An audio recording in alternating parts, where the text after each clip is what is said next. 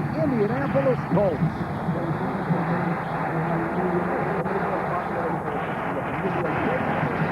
For all that's been made about the Jets' history of December collapses, none of it came under Herman Edwards, and the rookie head coach and his players are determined to write a new chapter in 2001.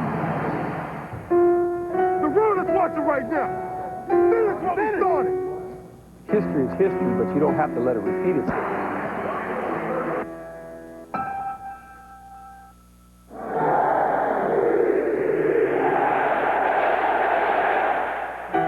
Anything that we've done before now doesn't count. The only thing that's going to count is what we do from this point on. Find a way. Let's get it done, all right? Get it done. This time, there will be no collapse. Don't break, baby. Ain't seen nothing like this. Relentless. Gotta do it. Gotta bring it. Whatever it takes, man. All day, every day. Do or die. Bring it on. It's a big game. Bring the pain. Let's go. Dude, big plays. Down their throat. Do you believe? There ain't no time to be scared. The Jets are scrappy. We don't care if we win by 1, or we don't care if we win by 50. We just want to get it done. Finish the job. It doesn't matter what other people think about the Jets. What matters is what we think as the Jets. We believe we can get it done, period. Now, my response to the people that don't believe is no response at all. Bring it on. It's a big game. We got to knock all bombs out. Dude, right now. We got to win. Let's finish it. If it's just the 53 guys on our football team that believe, then we go and play the game with those 53. Let's finish. Let's go. Dude, do or die. Do you believe?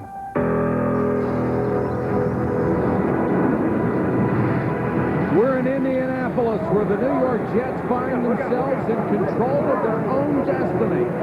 The New England Patriots grabbed first place in the division yesterday, knocking off Miami. And even though the standings show the Jets in third place, they have the hammer. If they sweep their last 3, they win the AFC East. Good evening, everybody. I'm Mike Patrick. It's great to have you with us. It is conceivable that the Colts can still make the playoffs. It is also conceivable that I will live to be 110. I am not counting on either.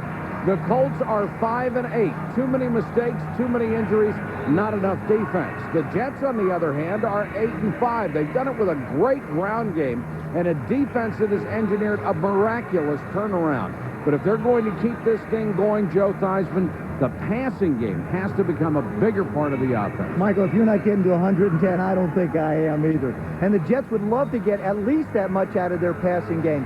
For the Jets, when they put in this new offense under Paul Hackett, they wanted to be able to establish a running game. They've done that very effectively. And they said they would evolve into a passing game. Well, it's time for that evolution to arrive. Last week in the Cincinnati game with the Jets, Herman Edwards had to go to Vinny Testaverde at halftime and said, Vinny, it's now on your shoulders. We're going to open it up. That's not going to be the case tonight. They're not going to wait till the second half to open the game up. Look for the Jets to come out throwing early because they realize it's crunch time and they're not going to be able to run the football as effectively through the playoffs unless they have a passing game. And, Paul, I can't imagine Jim Mora having to go to Peyton Manning at any time in the game and say, Peyton, I think you ought to open it up a little bit now. Joe, obviously Peyton Manning doesn't like the fact that he's thrown 21 interceptions. 6 of them have gone for touchdowns. Peyton Manning won't stop doing the things he does so well. 23 touchdowns so far this year and over 3,500 yards passing. He said, the day I become a conservative quarterback, that's the day I become an average quarterback. They've won 5 games this year. In each one of those 5 games, they scored 30 points or more. Tonight is not a night to be conservative. All right, thank you, Paul. When we come back, Susie Culver with the man who has put the Jets in position to win the AFC East, Herman Edwards.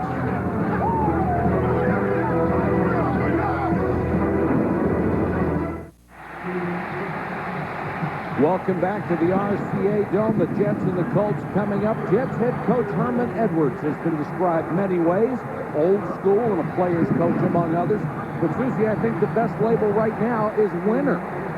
Well, Mike, and when you bring in a new offense, a new defense, and special teams, you don't expect to be talking playoffs You got here with a conservative offense, but for the stretch run, is it time to open it up? Absolutely. I think if you're going to try to make the playoffs, and obviously if you get in the playoffs, you have to score points. And we have to open it up. There's no doubt about it. But we still have to be able to run the ball and control the clock against these guys because they have a potent offense also. Can you appreciate the contrast? Everyone knows you, son of a military man, about discipline and detail, and you adopt Shrek as the mascot. Why is that such a perfect fit? Well, just a hard-working kind of guy, and sometimes it looks ugly, but I think if you keep working hard, obviously the Shrek at the end won the princess, so we'll see if we can do that too. How scary is this Colts team tonight? Well, they're pretty scary. In fact, they're going to play loose, and they have a potent offense, and the more we can do to keep their offense off the field, the better chance we have to win. Best of luck. Thanks. Thank you. Mike?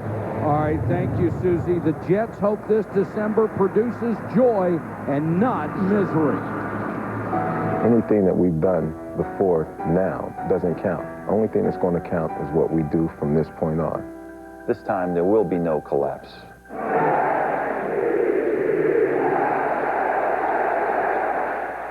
Do you believe?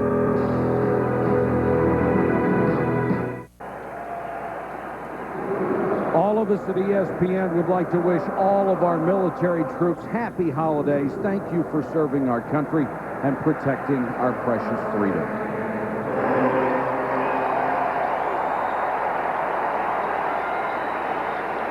The Jets will kick to the Indianapolis Colts to start this ballgame. That's John Hall out of Wisconsin and Kevin McDougal, averaging 22.3 yards a return, weights deep. And the special teams for the Colts has been a problem. You look at the points that they've given up, it's because the opposing offenses have had some terrific field position from every aspect of the special team. So this has got to be one to keep an eye on this evening. The Jets have the magnificent special teams coach, Mike Westhoff. Peyton Manning waiting his opportunity. It won't be Christmas dinner through a straw for Peyton. He's getting that final piece of that brace off. Hasn't seemed to hurt his arm much. No, not at all. And we are underway in Indianapolis. McDougal from the 2. Barrels across the 25. Offensively, the Colts, Marcus Pollard has had to make up for the loss of Edgerrin James, especially in the passing game. He's been coming up with some big plays. He needs more tonight. Dominique Rhodes, he's got to get about 80 yards plus rushing. They've got to take pressure off of Payton. This offense may want to throw the football, but they need to run the football with respect. And Payton can't make those 1 or 2 mistakes that have hurt him so much and led to those interceptions in games tonight. Manning with an 84.7 rating. That is number 9 in the National Football League. Play action. Out in the flat. Harris dives to the 32-yard line. And the New York Jets on defense. John Abraham in 11 sacks. He's got to be visible to Peyton Manning. Every time Peyton Manning goes to throw, he's got to be in his face. Victor Green, we're talking about a guy that has to be a strong force in the running game.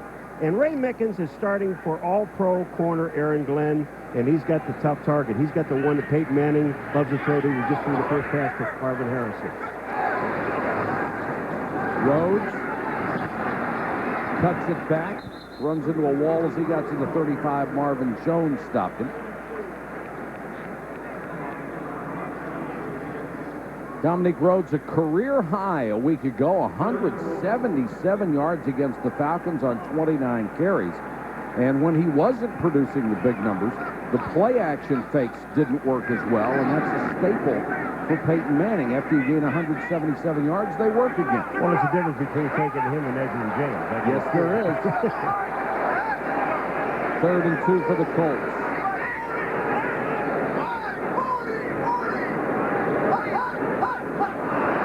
Jets jump offside. Free play for Manning, and he has to go down. Big rush for Sean Ellis. Abraham and Lyle jumped early. But you know what, Joe, just for a second, but Lyle coming in, there's a guy, when he sees the flag, there's no whistle blown because he didn't make contact on defense. And the thing about it, he didn't quit. He went right after the quarterback. That's what you do. You want to take it away from him. Even though the cadence is sporadic, and what it does is it causes you to jump off sides. You have to be able to continue with the play. When a defender starts to slow down thinking they're off sides is when offenses do make big plays. Automatic first down for the Colts at their own 41-yard line. Rhodes is the single setback. Wayne and Harrison, the wideouts, Pollard the motion man. Manning right down the middle to Ken Dilger. And Dilger to the 34, gain of 25 and a first down. You know, we were talking to Mo Lewis yesterday, and we were asking Mo Lewis about their tight ends, and he said Marcus Pollard. He said, wait a minute. They have two good tight ends, Ken Dilger and Pollard. Now, here it is. Here's Abraham. He's coming into Manning. He doesn't take the fake, and then his pass is perfect. Ken Dilger not catching a lot of balls. Marcus Pollard has most of them. He's got 40. That was only Dilger's 25th. But both tight ends can get down the field. And Dilger used to be a staple in this offense. Rhodes trying to go wide. The Jets string it out in the sure hands of Mo Lewis, bring him down. Two-time Pro Bowler. The Jets have engineered an incredible turnaround in their defense. The first 6 games, they allowed 25.7 points a game. Now they're under 10 in the last 7. The rushing yards cut nearly in half. They gave up 9 touchdown passes in the first game, only 1 in the last 7. Ted Cottrell, who came over from Buffalo, installed as the defensive coordinator. They are starting to learn his system and play it well. Manning dumps it to Rhodes. You just saw something that I really believe can elevate Peyton Manning. Everybody says, how can Peyton Manning get better? He tries to put the ball down the field so much, in particular to Marvin Harrison, and now with the young Reggie Wayne. But the key is his ability to look down the field and then just dump it off and be satisfied with a 6-yard gain on second down. Now you come up 3rd and 3, and it gives Tom Moore, their offensive coordinator, a lot more options. That's one area where I think Peyton Manning can grow. They'll go with three wide receivers, including Trevor Inslee, number 83.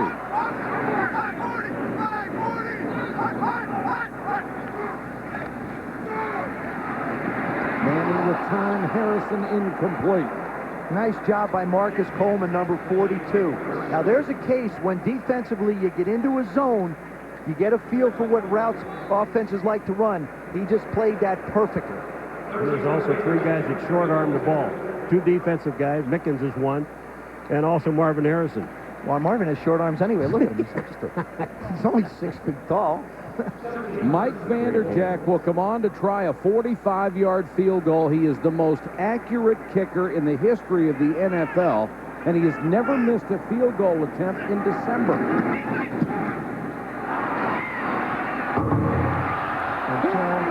Upright. Nice going, Michael. Way to help the guy out. Nice going. If that wasn't a curse, I don't know what would be. You 2 guys are terrible. Got 8 days left in December, and you had to curse the guy. He does it with fumbles. You do it with hitting upright. Vanderjagt, a brilliant kicker, tried to hook it, caught the inside of the right upright.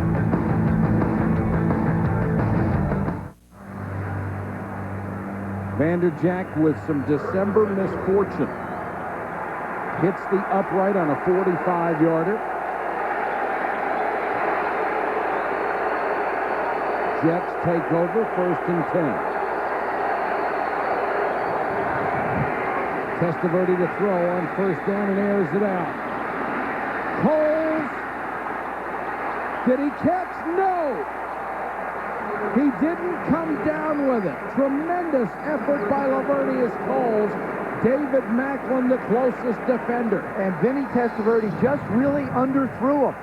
Vinny held on to it a little bit longer than he wanted to. Watch this. Lavernius goes back, makes a play on the ball, and then it hits the ground. He's trying to gain control. He's up on Macklin. Doesn't quite have possession. Chad Cota does a nice job of helping out, hitting his arm, and knocking the ball loose. And on that same play, Wayne Corbett was wide open on this side of the field. They said they would open it up. The first play is a pretty good indicator. 2nd down back to throw, and Coles didn't get his head around in time. That ball hit him right in the side. There's a marker down. Well, Coles stumbled coming out of his turn, and that's one of the reasons. And he almost made an excellent catch, but he did stumble.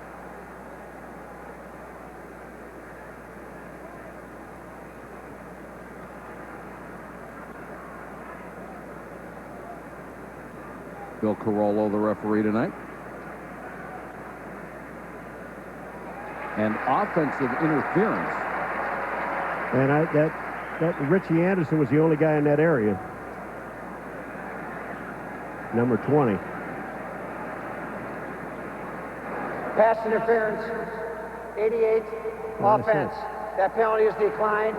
Second down. Anthony Beck, number 20. I'm not sure I wouldn't take that penalty, to be honest with you. I think that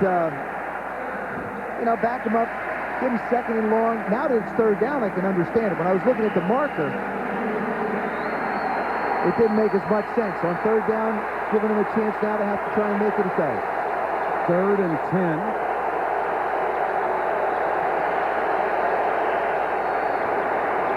Draw play, Curtis Martin. First down and more, midfield. Colts 45-yard line. There aren't many guys in the National Football League that played that position that you would call that play on 3rd down and 10. I can think of one other. Marshall Faulk. He wears number 20. Yeah, he also wears number 20. Exactly. Look at this blocking. I mean, Curtis Martin, not only does he run so well, but he sets up the blocks while he's doing it. Watch this. He sets things up. Bang. Bang. All you have to do is just get a piece of people, and he's to the outside. Shake and bake with the head and shoulders, and then he's gone.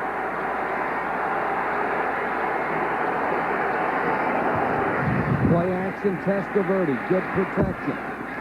Throws complete down to the 32. Wayne Krebet. It's another first down for the Jets. Macklin on the tackle. On offense, we've seen what the Jets really have to do. Lavernius Coles has got to put the big play back in the offense. They did it right from the start. They can't just make it a one-shot wonder, though. It's something they'll have to do. Curtis Martin, 30 touches at least for 100 yards. 7 of his 36 100-yard games have come against the Colts. And then he's finally going to have to throw for more than 200 yards because they're going to need to be able to do it.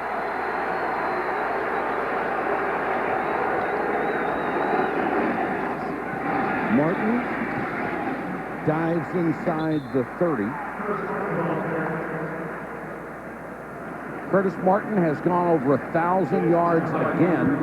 Now 7 years in a row, only 3 people have ever done it. He, Eric Dickerson, and the brilliant Barry Sanders, who did it 10 straight years. Well, and Joe's right. It's obvious that the Jets have to open up downfield. But when you have Curtis Martin, how do you not give him the ball 30 times?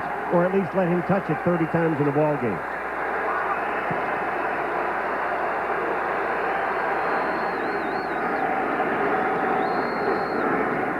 Testaverde with the pump hit as he throws. And it drops harmlessly. Ellis Johnson got the hit on him, and Chucky Wakori was chasing the potential interception. All right, you're in the pit. Ellis Johnson, number 62. Watch him get penetration in Testaverde's face, and then he hits his arm. This is the one thing the Colts really have to do on defense.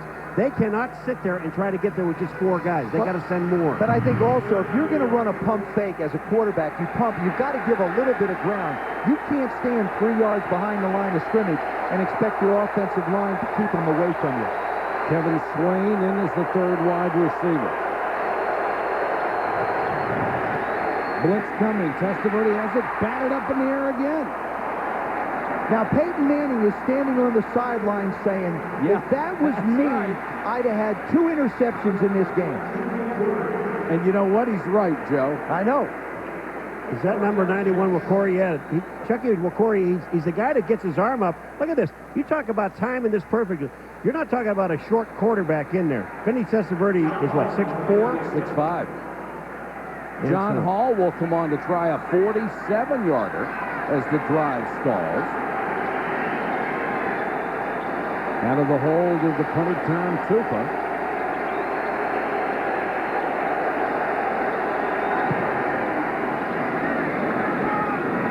And Hall knocks it through.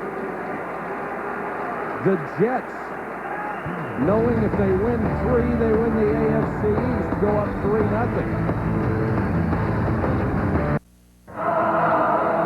ESPN Sunday Night Football is brought to you by Nicoderm CQ, the power to calm, the power to comfort, the power to help you quit. By Radio Shack, you've got questions, we've got answers. By UPS, official delivery company of football fans everywhere. And by Heineken, it's all about the beer, Heineken. The Indianapolis Symphony Orchestra, all month they have been performing a Yuletide celebration.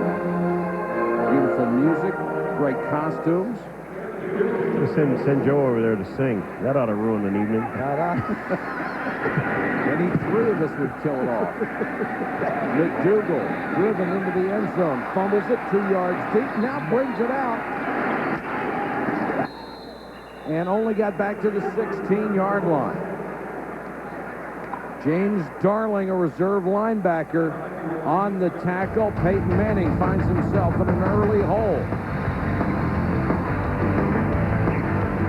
The playoff punch is here on ESPN. Aaron Brooks. Brooks goes to the end zone. Jackson with a touchdown. Ricky Williams look to stay alive for the postseason against LeVar Arlington and the Redskins. Redskins Saints, 8:30 next Sunday on ESPN. Herman Edwards said they wanted to open it up tonight on the opening drive. 5 passes, 2 runs. John Hall finished off only a 35-yard drive with a long field goal.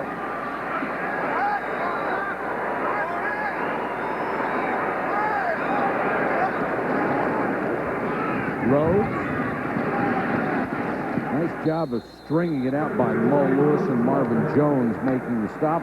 For more on Mo Lewis and the turnaround in that Jets defense, here's Susan. Mike, earlier you pointed out the remarkable improvement. Well, Lewis says the problem never was effort. It was not being on the same page. And in this defense, you need to play as one, no freelancing, and it took a while to develop that chemistry.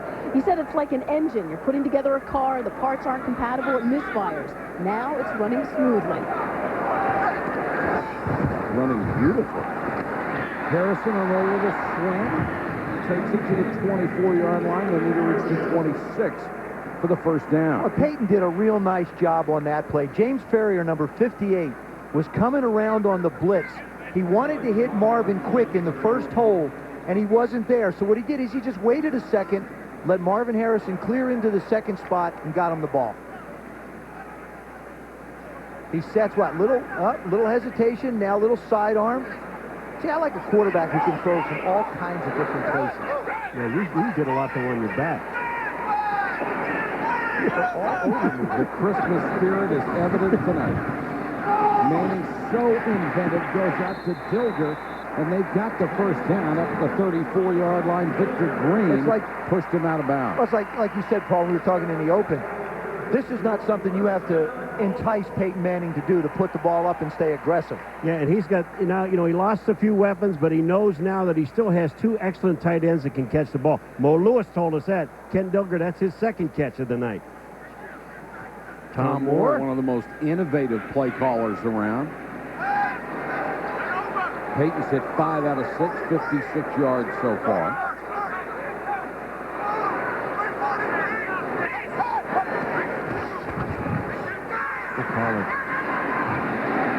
Wide open Harrison at the 48, another first down. Peyton Manning, of course, the Colts leader. We asked him about the responsibility that goes along with that. This is why I believe I'm a good quarterback, because throw it all on me. Criticize me, critique me, blame me. I can handle it. That's why I felt like they made me the #1 draft choice. That's why they pay me a lot of money. They pay me to make the plays, #1. And I know I can make the plays, and I've made plays. But when I don't, or when we don't, put it on me. That's 11. Absolutely. I'd take him for my team in a heartbeat. Rhodes trying to get outside. Good job by Ferrier, who just wouldn't give up the corner. This is the 3rd time they've run Dominique Rhodes to the outside. Twice to the right, once to the left, and he has not gained a yard. But the key, Paul, is that they're continuing to try and run him. And I think they have to do it just enough to try and keep the Jets defense honest. Here they try and stretch it out. We saw Mo Lewis stretch it out on one side. Now James Ferrier, the other linebacker, stretches it out and makes the play. Rhodes, 4 carries, 2 yards. He's had 3 100-yard games this year, including a career-high 177 a week ago against the Falcons. Jets show blitz. Bring 5. Manning too far for Gilger. I'm going to tell you what, this offensive line of the Colts, they are doing an excellent job on the defensive line of the New York Jets. They aren't getting off the line of scrimmage. They have a stunt on the top side. Look at on the top side. You see the stunt between the end and the tackle? They pick it up beautifully. He's got time to throw the ball. It's going to be 3rd and 9 for the Colts. 3 wide receivers as Inslee checks in again. Now, Reggie Wayne, their young rookie, has had to fill in for Jerome Payton, and he's a guy that will get a lot of one-on-one coverage in these situations. Blitz coming.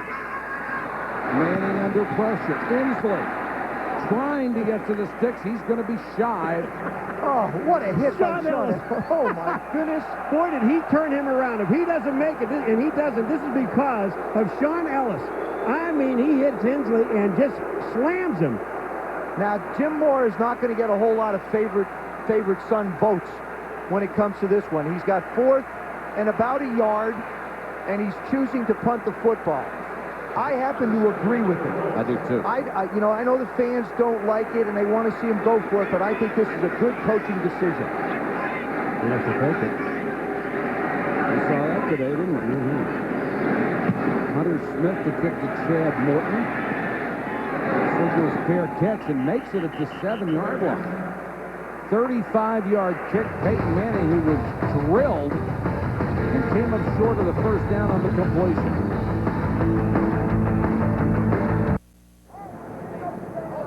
Herman Edwards encouraging that defense. He was a very good defensive back for the Eagles. Played 10 years in the NFL.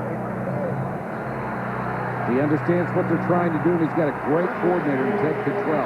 And this is where the Jets offensively have the capability to try and take a shot, and the Colts defensively can't give up a big play.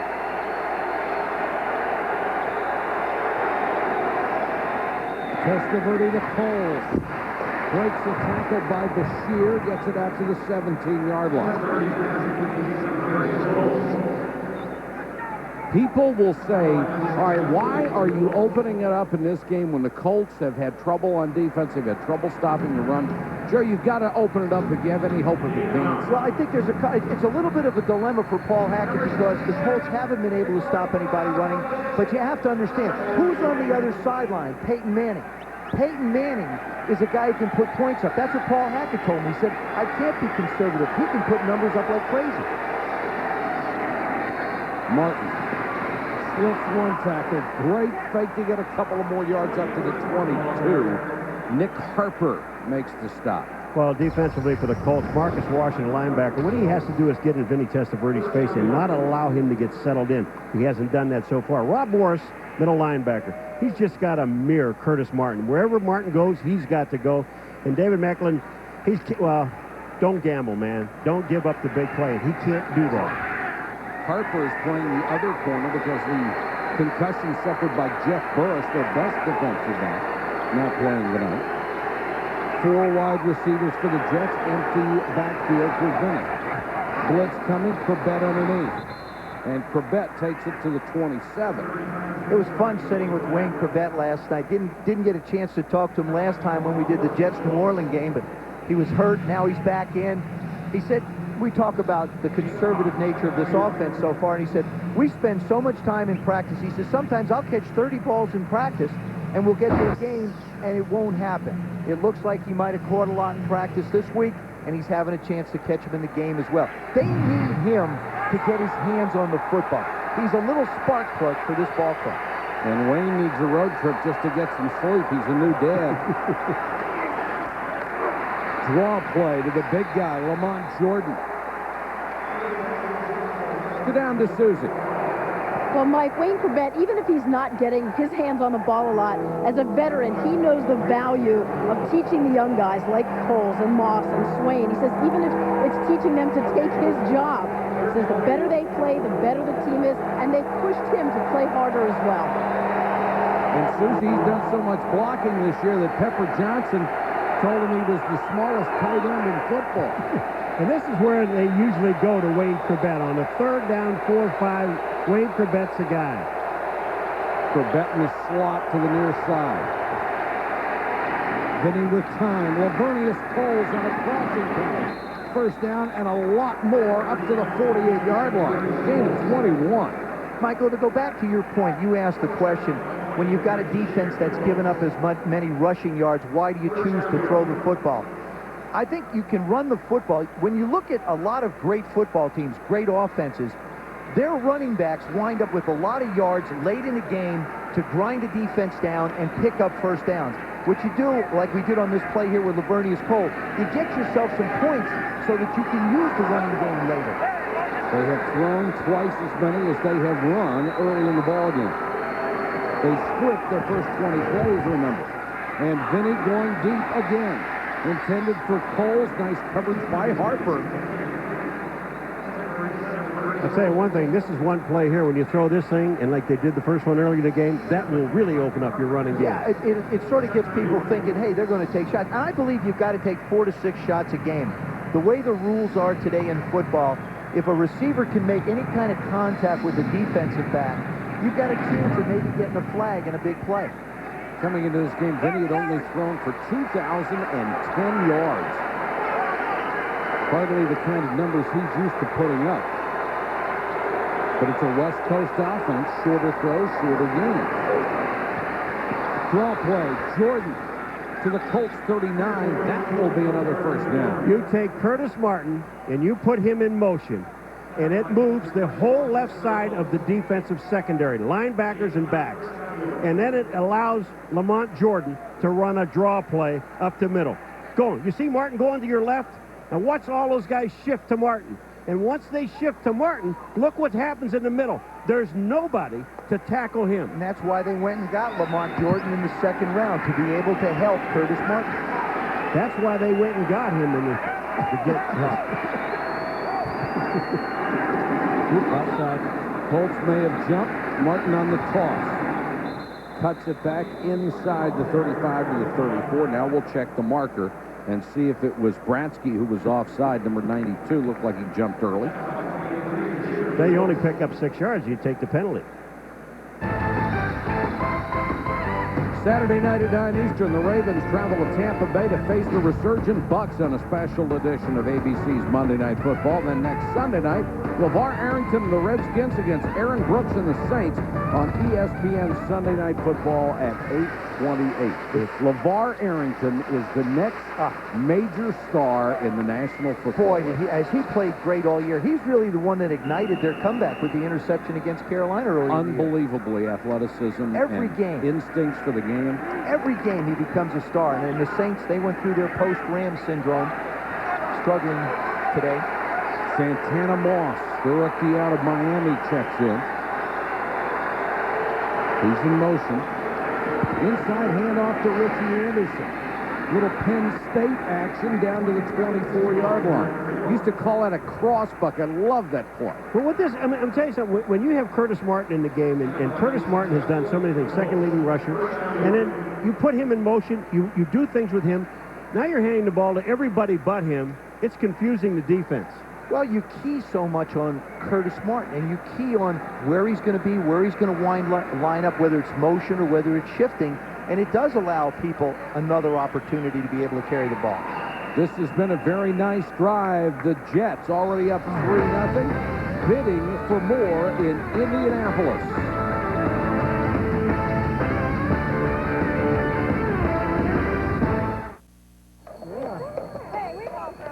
Monument Circle, the hub of downtown Indianapolis, radiating with Christmas cheer at this time of the year. A chance to take a carriage ride, enjoy the sights.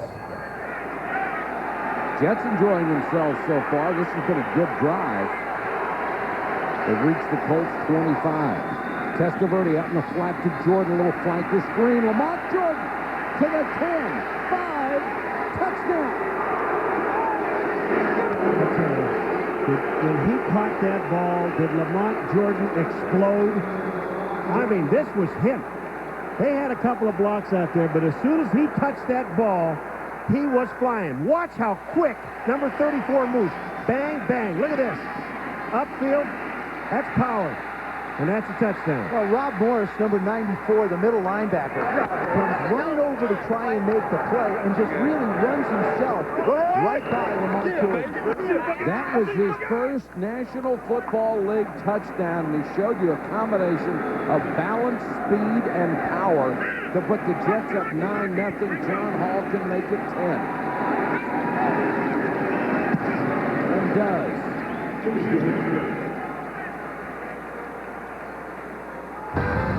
The Jets on top, 10-0. The Colts offense has been challenged.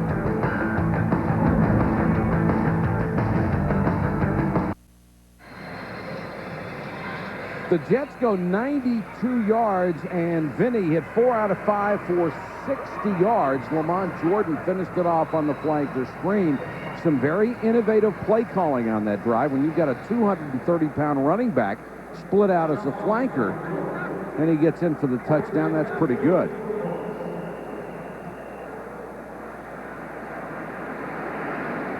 Kevin McDougal is deep for the Colts.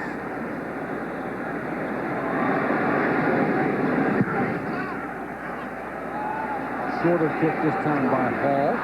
McDougal lost it, picks it up, and is buried at the 7-yard line. He has muffed a couple. That's one of the things we talked about with the Colts special teams. They've been an Achilles heel for Jim Mora. And now you give your offense a terrible situation. But here's the touchdown on the last play. A couple things. That's Jordan up top. That's Rob Morris. What's going to happen? As soon as he cuts back up inside, Morris is going to run. He never gets blocked. He runs over to try and make the play, and Lamont just cuts it back. Morris never gets blocked. He doesn't make the play as the middle linebacker and doesn't even slow him down, allowing him to get on into the end zone. Manning from his goal line. That one's tipped at the line of scrimmage, intended for Gilger. I think now you're in a situation, if you're the Colts, that you're going to have to throw all 3 downs coming out to get yourself a little bit of room. Put Marvin Harrison in the slot. One of the things they've done is move him around a little bit more. If he goes outside wide, Peyton Manning's going to try and get the ball to him. If he goes in the slot, they like to use him as a decoy. He's down in the lower right part here. Draw play to Rhodes. He has Pollard in front and takes it out to about the 12-yard line. If you want to know why the Colts have struggled on offense, when they lost Edgerrin James, who was such a wonderful multi-purpose athlete, then they lost Jerome Payton, who was the complement to Harrison. Terrence Wilkins has been hurt almost all year. You can't take people's weapons away and expect them to continue to function. And I think you have to attribute a little bit to bad luck, too. Peyton Manning's had a lot of balls batted in the air, and a lot of them run back for touchdowns.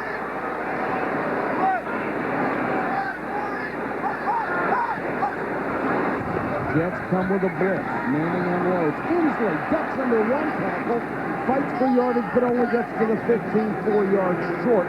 Marcus Coleman makes a solid tackle. What I like about what the Jets are doing and the Colts are not doing, Vinny Testaverde has all day to throw. Peyton Manning, what they're doing, they're blitzing people. They're sending linebackers. They sent a safety. They're not wasting any time. If he's going to play the Colts with 2 tight ends, they're going to send more than 4 people. Santana Moss, who led the nation in punt returns at Miami, rates at his 37. Great speed. Pressure on Smith, hangs it high. Moss from the 43 makes the first man miss. Can't avoid the second. A net 0 on the return after a punt of 42. Moore and Manning trying to work it out for the next series. I'm Chris Berman. Happy holidays. You want to join us at halftime? We'll try to straighten out a little bit of the playoff picture. We'll look at the Green Bay Packers. They're a team that made it by their play today in the snow, but they're still looking up at the Chicago Bears in their division. The Steelers and Rams continue to distance themselves, and the Rams completed undefeated season on the road. Not many have done that, Mike. All right, Boomer, starting to sort itself out, isn't it? Steelers continue to look great, so do the Rams. Amazing, the Rams lose 2 at home. They're 8 on the road. Jets start from the 43. They're up 10-0. Curtis Martin. So patient. Gets to the 47. Let's check in with Susie. And Mike, in Vinny Testaverde's 15th season, he's had 8 different head coaches and 6 different offensive coordinators. Well, learning a new system certainly isn't intimidating. At times, it can be frustrating, especially this season because he had such high expectations for the West Coast offense. Not just conservative this season, but he found there was a lot of times that they practiced things that then they didn't use in games.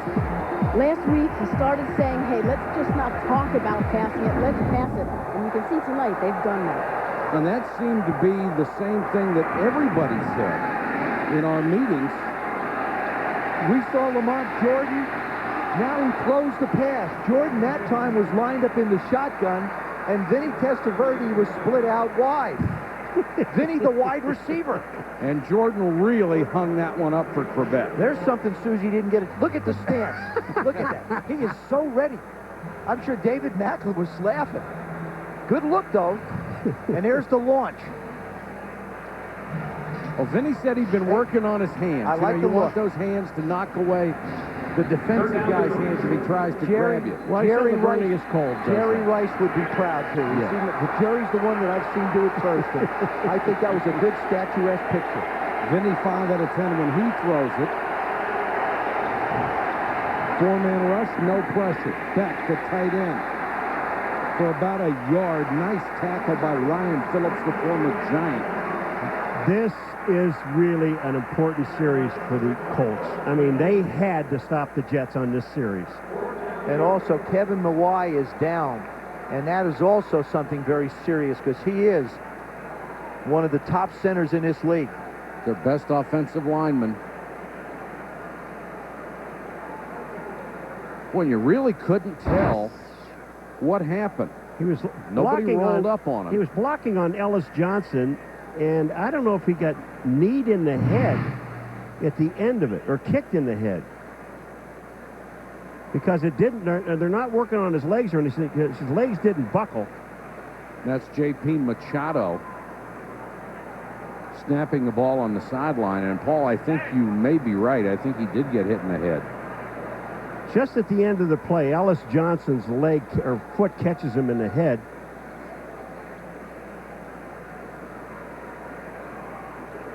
Mawai is 68, the center.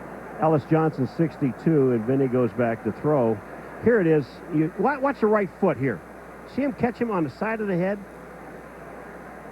May have gotten the knee before. Yeah, it was the knee. So hopefully Mawai will be able to collect his thoughts and get back in the ballgame. That's something you don't see very often. Very seldom do you see an offensive lineman take that kind of a shot where everything gets a little foggy and dazed. Keep in mind now, he's the guy that controls all the movement of the pass blocking up front, so he needs to have as clear a head as a quarterback does out there. Well, Rob Morris was telling us about him. He said, Kevin Mawai, you line up, he's a center, and I'm a middle linebacker. Then they run the screen, or they run the sweep. And outside is Kevin Mawai, number 68. He said, you know, sometimes I have to go back and look, and how does he get out there so fast? Rob Morris got his first start against him and his first great lesson on what a great center can do to a middle linebacker. At 289, the guy can really run. And Tupel will come on to punt. Trevor Inslee will go back.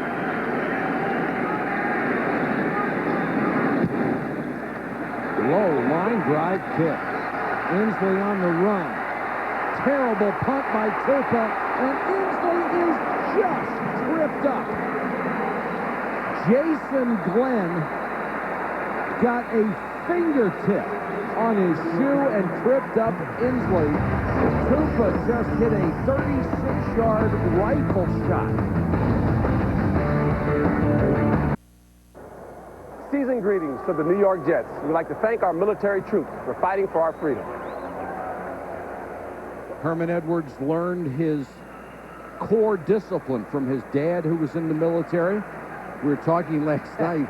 You get a plate full of food, you eat a plate full of food. Beats, I love it. The flag is at the other end of the base. I can't see it, so what? Salute it. Yes, sir.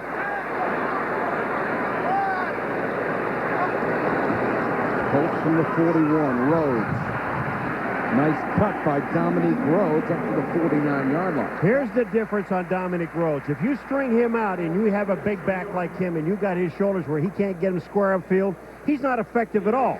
But once you get him and let him turn up into the hole, watch his shoulders. Now he's up. Now he picks up another 5 yards.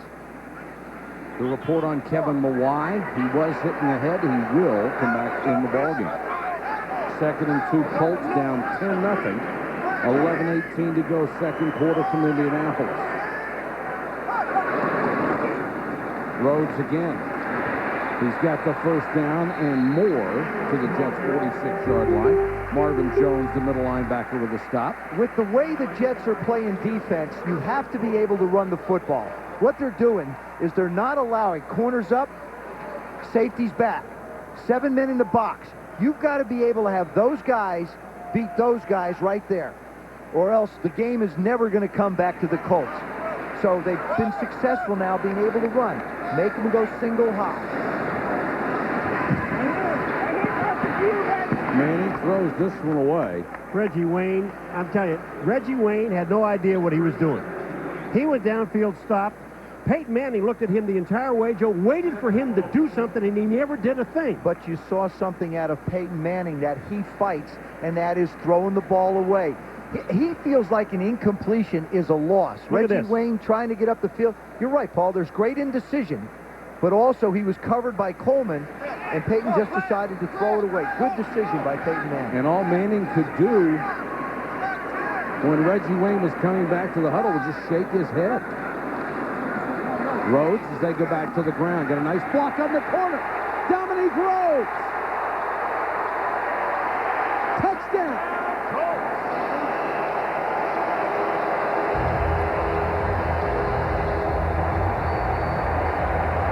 33. A 46-yard burst, and Dominique Rhodes' 8th rushing touchdown of the season. That's the difference of getting him squared up and not let him go to the outside.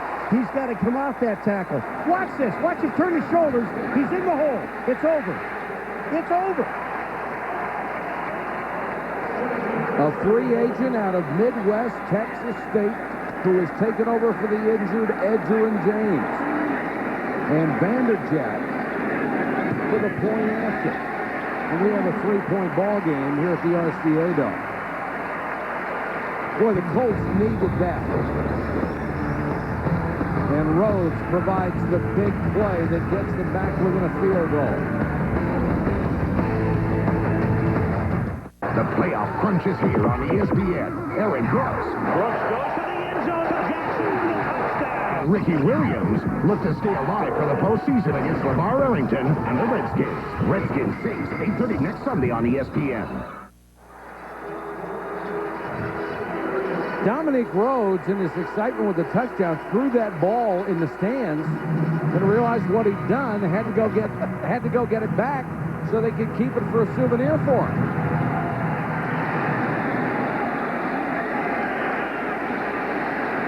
The return by Craig Yost. Flags are down, so is Yost at the 30. Take it back to about the 15.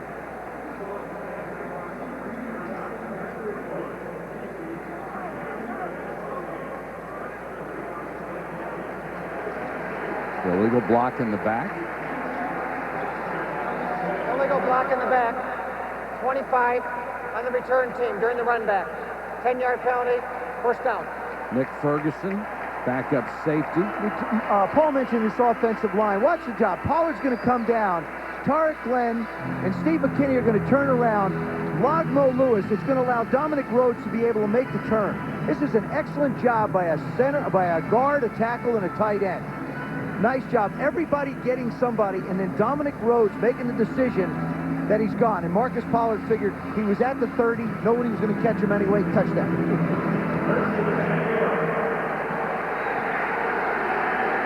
10-7 Jets, second quarter.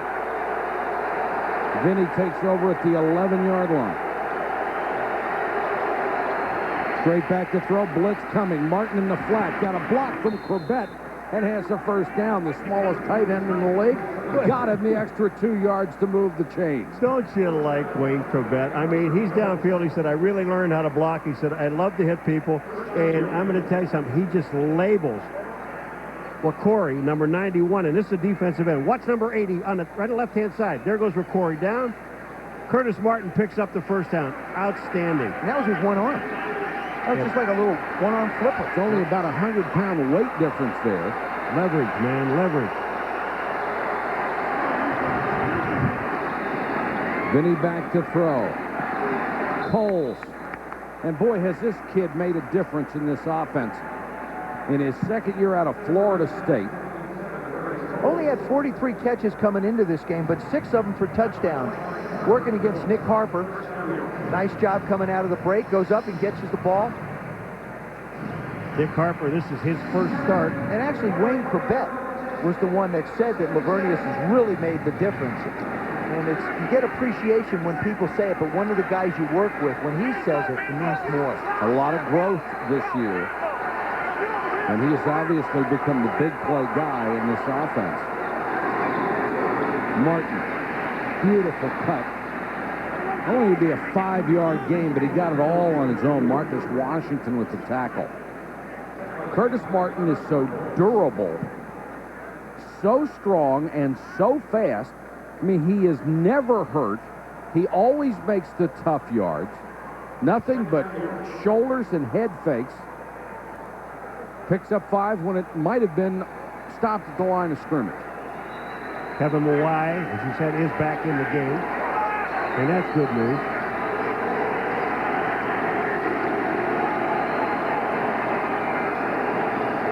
Blitz coming. Vinny with time. Corbett saying he was held by Bratsky, the defensive end. I'll tell you, this is one of the things that the Colts really have to do. And I know there's going to be a couple of times they're going to get burnt in the game, but they have got to get in Vinny Testaverde's face. They cannot allow him to stand in the middle of that field and throw the ball. That time, they brought about 6 people, and he didn't get the ball off. Bratsky, their big pass rusher, brought him over from the New York Giants in '99. 3rd and 5. 4-man rush this time over the middle to Corbett. Wayne Corbett stretches and has the first down. But always aware of where the sticks are. But still, Paul made an excellent point before. They brought pressure on 2nd down. They brought it again on 3rd. Vinny Testaverde's only been sacked 15 times, and you cannot allow him to sit comfortably in a pocket. Make him get moving around. You see him try and look downfield, but now it's just a little bit of a flick throw with pressure up the middle by Ellis Johnson. Great hands by Corbett. When in doubt, throw it to Wayne. Works for me. Play action.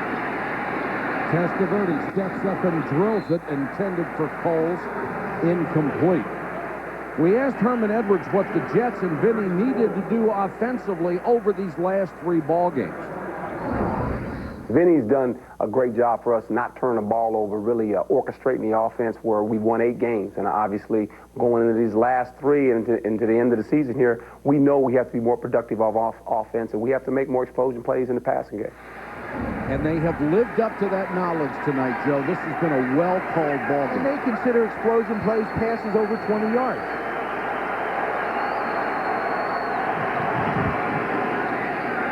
Vinny steps up in the pocket, throws sideline, and it's intercepted by Harper. Nick Harper in his first NFL start. Nick Harper's going to get credit for the interception, but Chad Bratsky, number 92, is the person, I believe, that makes Testaverde adjust his drop and his step. When Vinny Testaverde has to adjust inside here, no, it was number Mark Thomas. Nick Harper with his first interception. Jeff Burris on the right of your picture. Their best corner injured tonight. The stats update, the Jets outgaining the Colts now by only 18 yards. There's Jeff Burris. Had a concussion, not ready to go back in yet. And they can ill afford to lose anyone on defense. That's the unit that's hurt them all year long. Great play fake again by Manning. And wide of Dominique Rhodes. For more on Harper, let's go to Susie. Mike, Harper coming up with that interception is really no surprise. This was his first start, but he was second on the team in passes defended. He's been playing quite a bit, and he's been playing well. He said his strength is man-to-man. And when I asked him, is there a difference starting? He said, yeah, he's got a few butterflies, but he gets to warm up at the same rate as the receiver does. They can be in the same rhythm of the game. You can see that it's working for Nick tonight.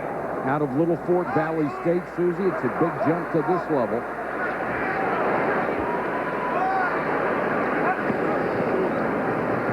Rhodes runs into Dilger, restoring a block for him, and picks up about 3 yards. It's that same situation that they were faced with in the last series. The Jets want to play the philosophy that the Tampa Bay Buccaneers do, and that's put the corners up, the safeties deep, and make you run the football against their front seven. If you can do that and force them out of cover two, it's an uncomfortable position for them, and you have a chance to throw the football down the field. Peyton Manning only 8 for 13, but they've been effective. A Tampa Bay defensive style very popular these days, and not surprising with Herman Edwards coming over from that staff to take this job.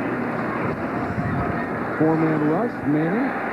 Dilger underneath. He's going to be about a yard shy of a first down. Good tackle by Ray Mickens, who was starting for the injured Aaron Glenn. And that time the Jets did something. They rushed. They had Steve Martin, number 91, right in Peyton Manning's face, and he couldn't hold on any longer. But you see the look of frustration on Peyton Manning's face. This is something he's going to have to learn. Here comes the rush up the middle. He's going to have to learn to unload the football, let the players go make plays for him. If they don't, that's okay. He's got to learn that punting is not a bad thing. Hunter Smith, the kick to Chad Morton. Hunter Smith, 4th in the NFL this year, averaging 44.5 yards a kick, and he unloads on this one. Morton lets it go, and the Colts will down it inside the 5. Great play by Mike Morton down on special teams, a 52-yard kick.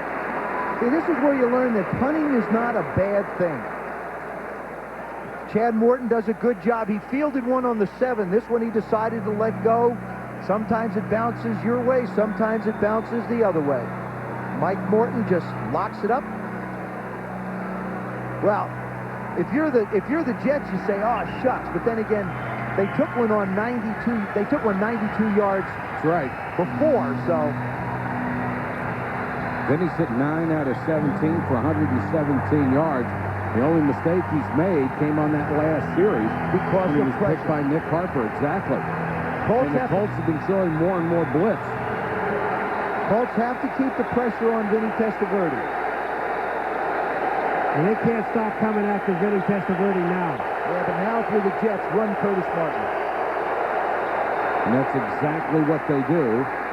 Martin out to the 9, and there's the danger. You come on the blitz, and they run a draw with Martin, he could go 90. But that's what, I'm going to tell you, it is really a good defense against a running game, a blitz, as long as you know who's back there. Curtis Martin, look at who he's back there. If you're going on your way to the quarterback, make sure you check 28 on the way.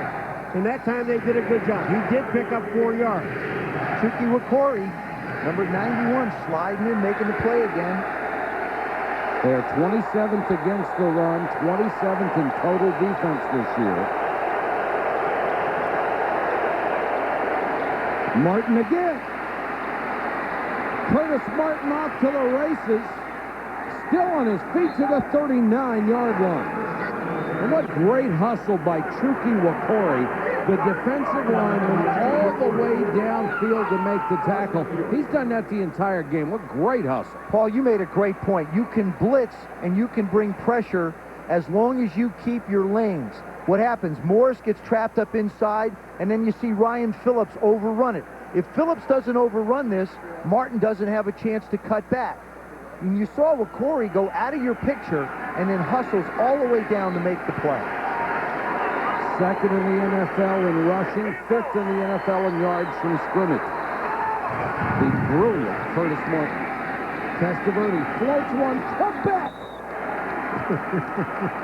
Beautiful catch at the 37, a gain of 22. I would like to know the number of catches that Wayne Corbett has made in his career diving. Without his feet on the ground. Yeah. Watch this. Where Vinny Testaverde puts this ball, the only guy that has a chance is Wayne Corbett. Look at this. Up in the air, total concentration, off the ground. Look at this catch.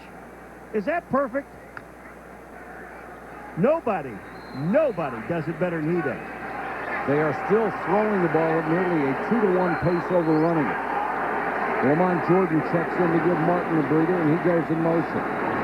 Blitz coming off the corner, and they throw to Coles.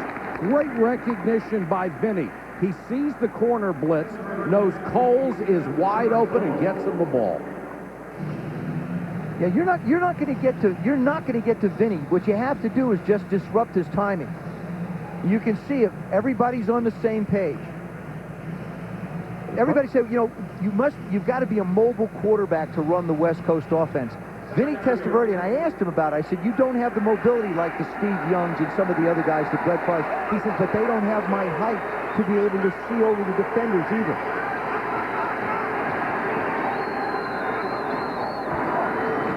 Martin dragging Chad Cota with him, about a half-yard shy of a first down. But, Joe, you have to consider, you talk about Vinny and maybe his lack of athleticism. They've already put him out as a wide receiver. Oh, and believe me, it's not the first time. I think he's getting more and more comfortable with it. He looks a little stiff in his setup, though. That's the only thing. He looks a little You don't think they're going to throw it to him? Maybe? No, maybe. Third down. That's exactly where the Jets want Peyton Manning. They want him sitting right next to the telephone with his helmet off, watching the ball game. Can't hurt you over there, can he? Kareem McKenzie checks into the offensive line, and Curtis Martin gets the first down to the 26-yard line.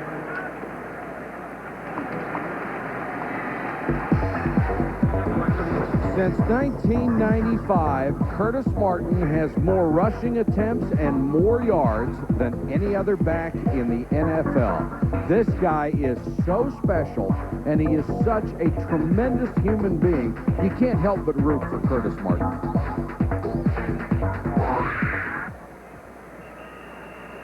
We have reached the 2-minute warning in Indianapolis. We've got a good one here, a 3-point game between the Jets and the Colts.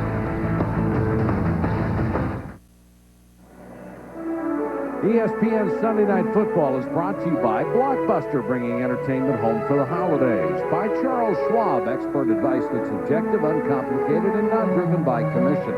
By renowned reliability and a great value, Honda certified used cars. And by Fujitsu, the possibilities are infinite. This is the former home of Benjamin Harrison, the 23rd President of the United States, all decked out for Christmas. Harrison served one term from 1889 to 1893. It's also one of the Beatles. It's also where Paul stays when it comes to Indianapolis. Lamont Jordan is the tailback, and Testaverde to throw. Corbett just snatched it out of the air. What a catch. I just said, when in doubt, just throw it to him. He's going to catch it. Of course, he said yesterday, it's been a long time that I haven't thrown me the ball much this year, but look at him throwing the ball now. Watch his catch. Look at the hands. And his eyes he never lets loose of that ball with his eyes. Makes the catch, knows exactly where he is, and gets the first down. Corbett only had 39 catches coming into this ball game. He said, on paper, this should be a great system for me. On paper. It hasn't been yet this year. It's working pretty well tonight.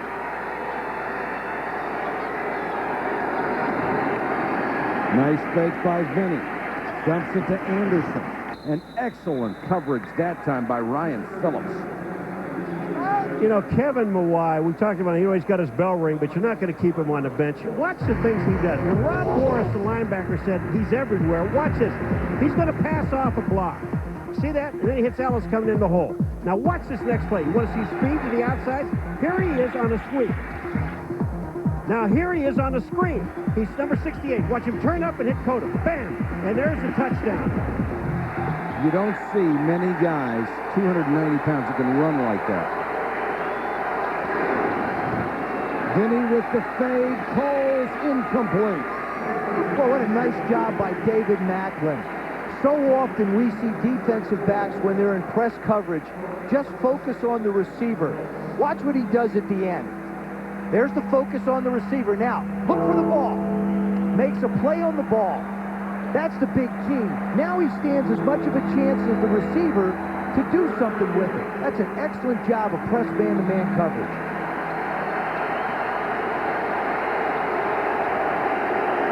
Kevin Swain is in, 3rd and 6. The Jets go with 4 wide receivers, including Anderson. Giving the time to Anderson underneath, but Cota has him at the 4. It's shy of a first down. That's a good job. That's an excellent job by the Colts defense. Keeping them out of the end zone, force them to try a field goal.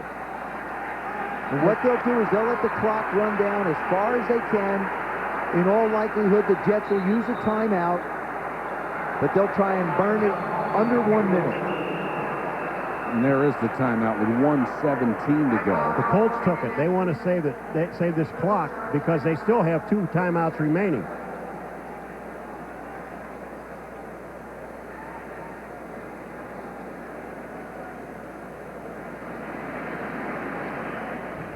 So with 1:17 to go, they'll send the field goal unit on at the end of the timeout. I think you always have to be careful with the Jets because Tom Tupa has the ability to make plays, throws the football extremely well, has played quarterback in this league. Good time for a fake, Paul. Coming up at the half, the Kia halftime show with Chris Berman. Fastest 3 minutes in television. The NFL playoff picture, which is getting a lot clearer. And more Notre Dame rumors coming up at the Kia halftime show. It's not getting very clear. No, it's They not. haven't contacted Joe yet, have they? No, I'm sorry, I'm not at liberty to make that comment. Hasn't cleaned up his resume yet. John Hall for the chip shot field goal. Knocks it through. And the Jets increase their lead to 6. Let's go to the sideline for Susie. Well, Mike, with realignment coming, this is the last in a pretty good series between these two teams. You remember the first meeting? It was Super Bowl III. The Jets went in as huge underdogs. You might remember the guarantee by a supremely confident Joe Namath. A New York victory. He delivered it. Namath led the Jets to a 16-7 triumph, and an AFC team won the NFL title for the very first time. Namath passed for 206 yards. Quite a beginning, and tonight marks the end. You know, one of the most stunning games ever played in this league, either regular or postseason. The Colts were such overwhelming favorites in that game. You know, I was playing in the AFL then, and when they went and did it, there was a whole bunch of guys. We had a kind of a bar in Buffalo. Everybody, kind of one? No, I'm telling you something. Everybody, shocked. was that shot? You actually have I'm going to tell you something. Everybody that was in the American Football League at that time, I mean, we were all crying sitting there because we had won. Not only the Jets, but we won. Sure. It was the most amazing day for us. And when you asked Joe, did he actually ever predict a win? He said, well, I never really quite predicted it, but everybody gave me credit for it, so yeah, why not? Kevin McDougal drops deep to take this kickoff. He has muffed 2 in a row. Paul with a really good kick. McDougal 3 yards deep, thinks better of it this time, and gets the Bronx cheer from this crowd. They'll take it out to the 20. The AFC East will be the Jets, the Bills, the Dolphins, and the Patriots next year. The Colts go to the AFC South to join the expansion Texans. The Jaguars and the Titans move over there. That'd be an interesting division. Yes, it will. Yeah. Of course, Dom Capers and his Houston Texans getting ready, trying to tear down every piece of film on every one of those teams. Now, this is where Peyton Manning has got to study the film and make some decisions. Manning underneath to Harrison. Got by Henderson for a couple more to the 28-yard line. 500 grabs for Marvin Harrison. He needs 502 to have more catches in his first 6 years than anybody who's ever played this game. Lionel Taylor, of course, the great Denver Bronco. Trying to pass Sterling Sharp's record of 501 in his first 6 years, and he'll get there. Pollard hit just as the ball arrived by Ferrier. The second big hit tonight for James Ferrier. I think in a situation like this, as Peyton Manning runs this offense, The Jets, in all likelihood, will not bring the pressure that we've seen create the problems for him. They'll play probably a prevent style of defense.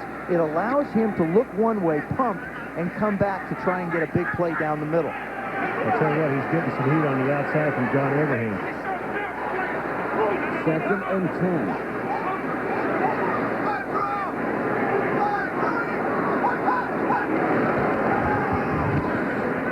Quickly again to Harrison. Looking for running room, knocked down. Shy of the first down, just across the 40. Ray Mickens made the tackle, and the Colts will burn another timeout. You know, whenever I hear people criticize Peyton Manning, I think of the fact that from 1984 to 1997, this franchise had 16 different starting quarterbacks. Now you got Peyton Manning, a guy who should be able to play here another 12, 13 years at a Pro Bowl level. Well, what he does is he set a standard of excellence for himself that because of circumstances that really aren't into his control, it's not the same. True. You don't have an Edgerrin James. And, Mike, when you look at this offense, losing Jerome Payton really made a big difference because now you had the receiver to take some pressure off of Marvin Harrison. And so Tom Moore and Peyton Manning have had to adjust. And he does take it on himself to be the guy that has to make this offense go. But I'm impressed with the way he's operated this offense tonight. He's letting other guys try and make plays for him. 3rd and yard with 32 seconds to go in the half.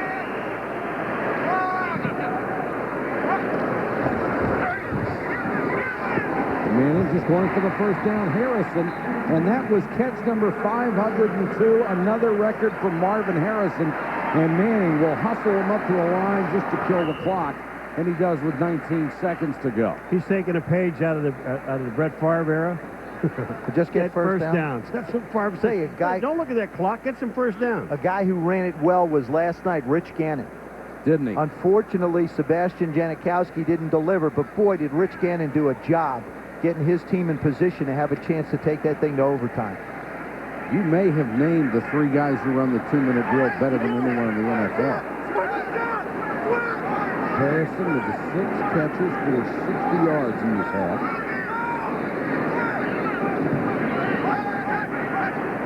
Jets show blitz and come with 5. Underneath Mickens, nearly with the pick that was intended for Harrison. Boy, Ray Mickens was just waiting on that baby. If that thing was thrown a little bit more to the inside, it would have been all his. Well, the Jets showed a blitz from that side, and it caused Peyton Manning to hesitate just for a second.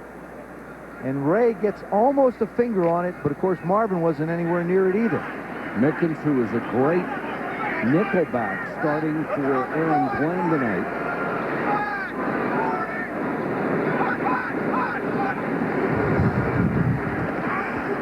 Manning under pressure. And that was caught by Reggie Swain, the rookie. Well, I'll tell you, he had some pressure that time. John Abraham was in the backfield in his face. Sean Ellis was in his face. And I'll tell you what, that's without a blitz. Watch these 2 guys, 92, 94. They're both there. Reggie Wayne did a nice job by getting out of bounds. Now it's 4th down. You pick up the first down, you call a timeout, you go out and try and kick the field goal. The guy that's only missed 1 in the month of December. I think you go to Marvin Harrison on that slant that you've been throwing. It's going to be tough to jinx Vanderjet anymore. Trying to get the first down, they go to Dominique Rhodes. Crossed them up with a run, and Rhodes has the first down to the 33. And then Rhodes goes down after the play as they call a timeout with 5 seconds left. Looked like he was trying to get up, and Manning was hustling downfield, and Manning ran into him. Well, he's a little groggy.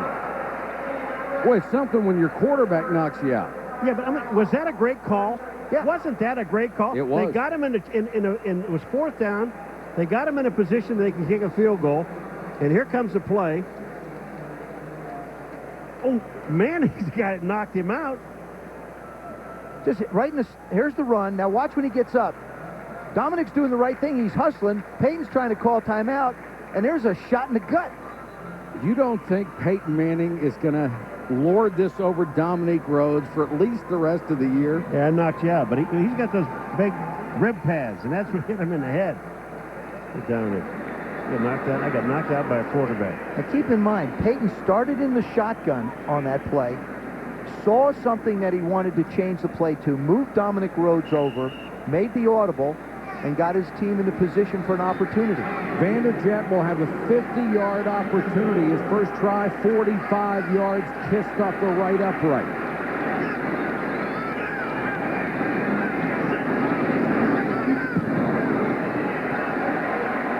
Got this one inside the post.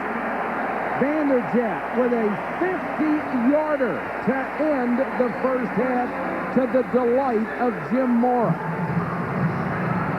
So the Colts make the 2-minute drill pay off with a field goal. And at the half, they trail the Jets 13-10 in Indianapolis. Now let's join Chris Berman for the Kia halftime show. Michael, thank you very much, and a happy holidays to you and certainly everybody out there from all of us at ESPN. The Jets trying to inch closer to a playoff berth.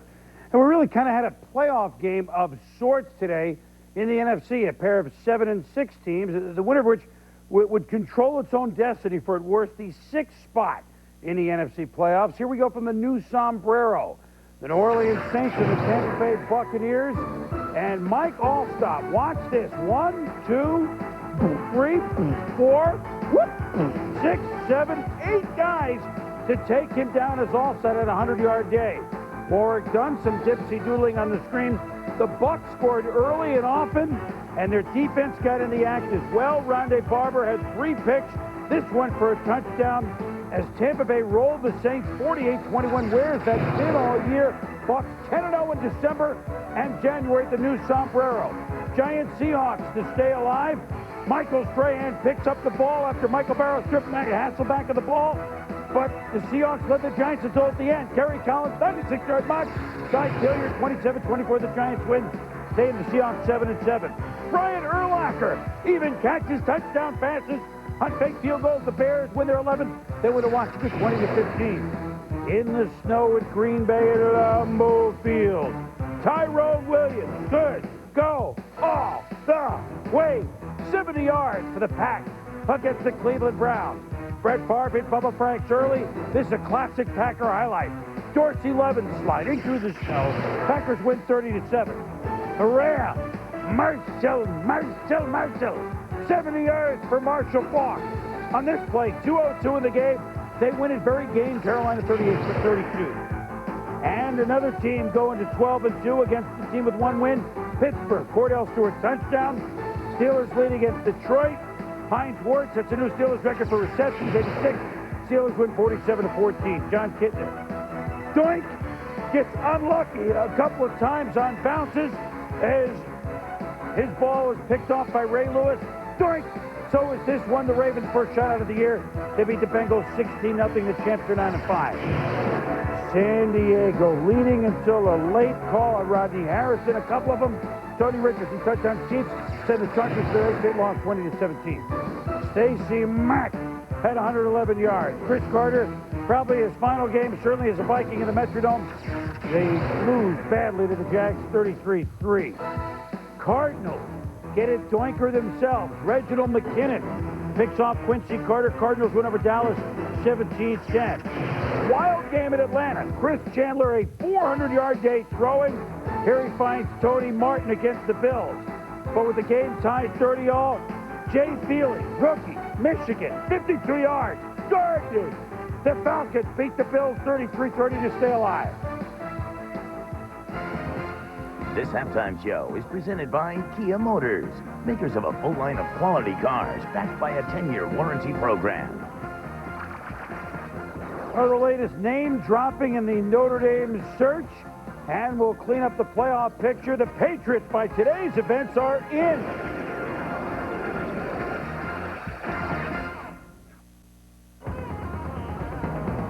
Welcome back to SportsCenter In-Game, the Kia Motors halftime show with your host, Chris Berman.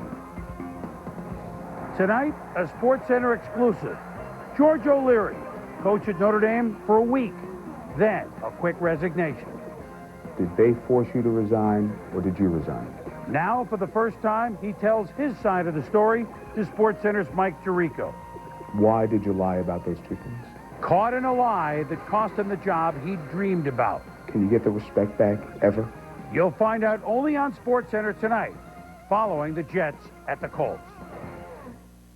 So Notre Dame starts seemingly going to places where it seemingly had gone before. Names like Steve Mariucci, Niners, John Gruden, Raiders, Mike Shanahan, Broncos, all with very nice NFL situations, all under contract, seemingly being inquired about. They said no. Now it's Rick Neuheisel, college coach, quite successful, was at Colorado, now at Washington. Seemingly, Notre Dame banding about $2.5 million package. Neuheisel saying, you know, that's nice, but... I have said it, and I'll say it again. While Notre Dame is a great university and certainly would be a very prestigious job for whoever would take it, it's not the job that I'm looking for, and I'm happy as I can be at Washington. And more on that and everything else in SportsCenter. Dan Patrick, Rich Eisen. Of course, we'll see the O'Leary interview with Mike Tirico, our top 10 plays of the week, the Santa edition. Hoop Heroic, certainly NFL wrap, all following the Jets and the Colts with Dan and Rich. Vinny Testaverde, Lamont Jordan, 25-yard touchdown at the point, put the Jets up 10-0. Colts have scrapped back up to 13-10. Jets lead. More in a moment. Pardon the interruption. 5:30 weekdays on ESPN. Again at 7 on ESPN2. So what do you think? Feels pretty good. What's that? Oh. How about now? Oh, that feels great. At Kia's Cashback Year-End event, it's amazing how up to $3,000 cash back will make you feel even better about a new car, especially ones backed by a 10-year warranty and loaded with features you want. Excuse me, sir. A little help over here? So hurry down to Kia's Cashback Year-End event and get up to $3,000 cash back through January 2nd. Welcome back to SportsCenter In-Game, the Kia Motors halftime show with your host, Chris Berman.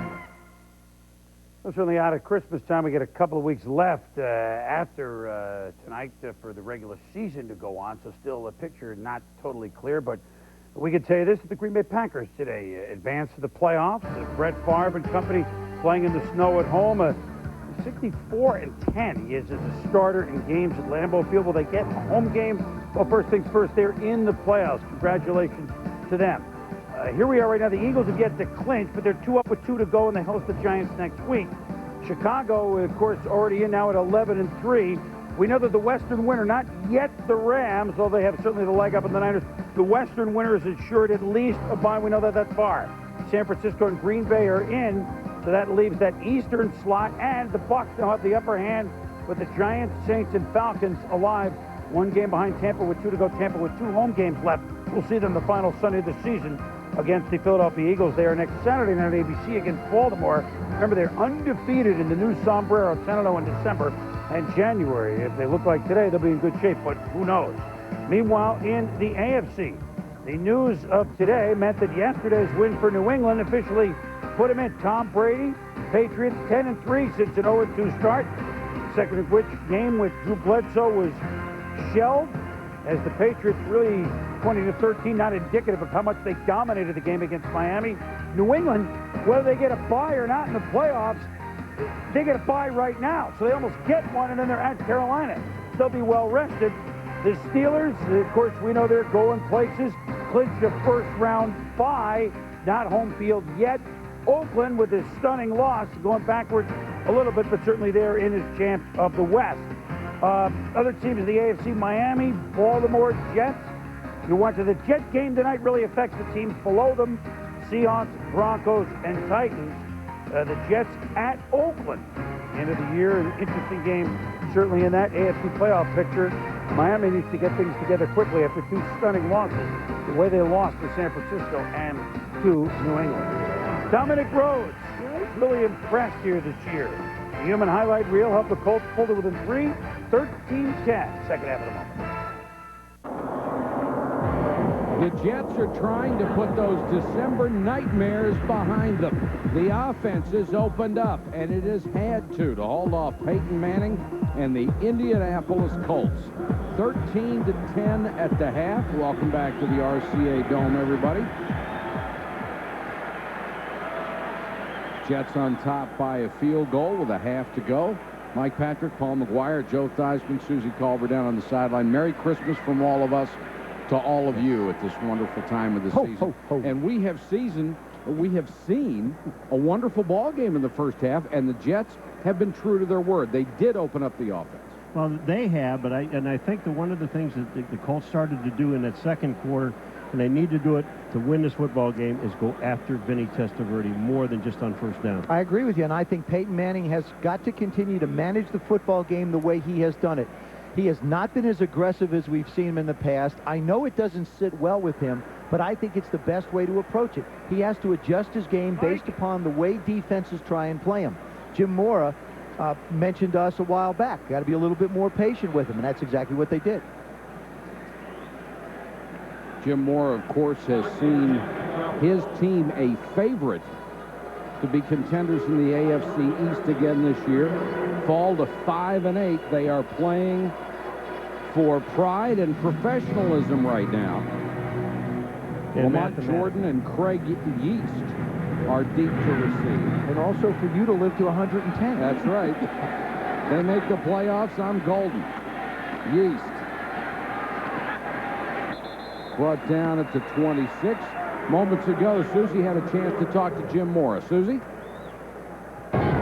Mike, if Peyton Manning has been criticized for being too aggressive, it seems as though he's got the right mix tonight. He's making his throws, but he's also throwing some away. Yeah, and he's being patient. You got to be patient against this Jet defense, because they're not gonna give you the big play. We're gonna have to get the big play after we catch it. Defensively, we're hanging in there. We've given up a lot of yards, but we've only held them to 13 points. We just got to tackle a little bit better. Thanks, Coach. Good luck the rest of the way. Thank you, Susie. Thank you, Jim. The Jets start with a 3 wide receiver set. And Curtis Martin is the single setback, and Vinny on a roll. Nice throw to Crabette. Flag is down in the secondary.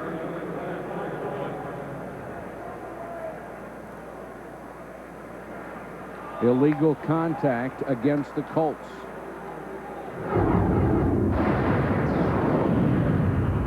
First half numbers, the Jets with the advantage, 255 to 204. Just the one turnover, the interception of Testaverde. They'll decline this penalty. But, Mike, the one thing about those first half stats that is impressive, and especially I think to the Jet fans, is 160 yards passing.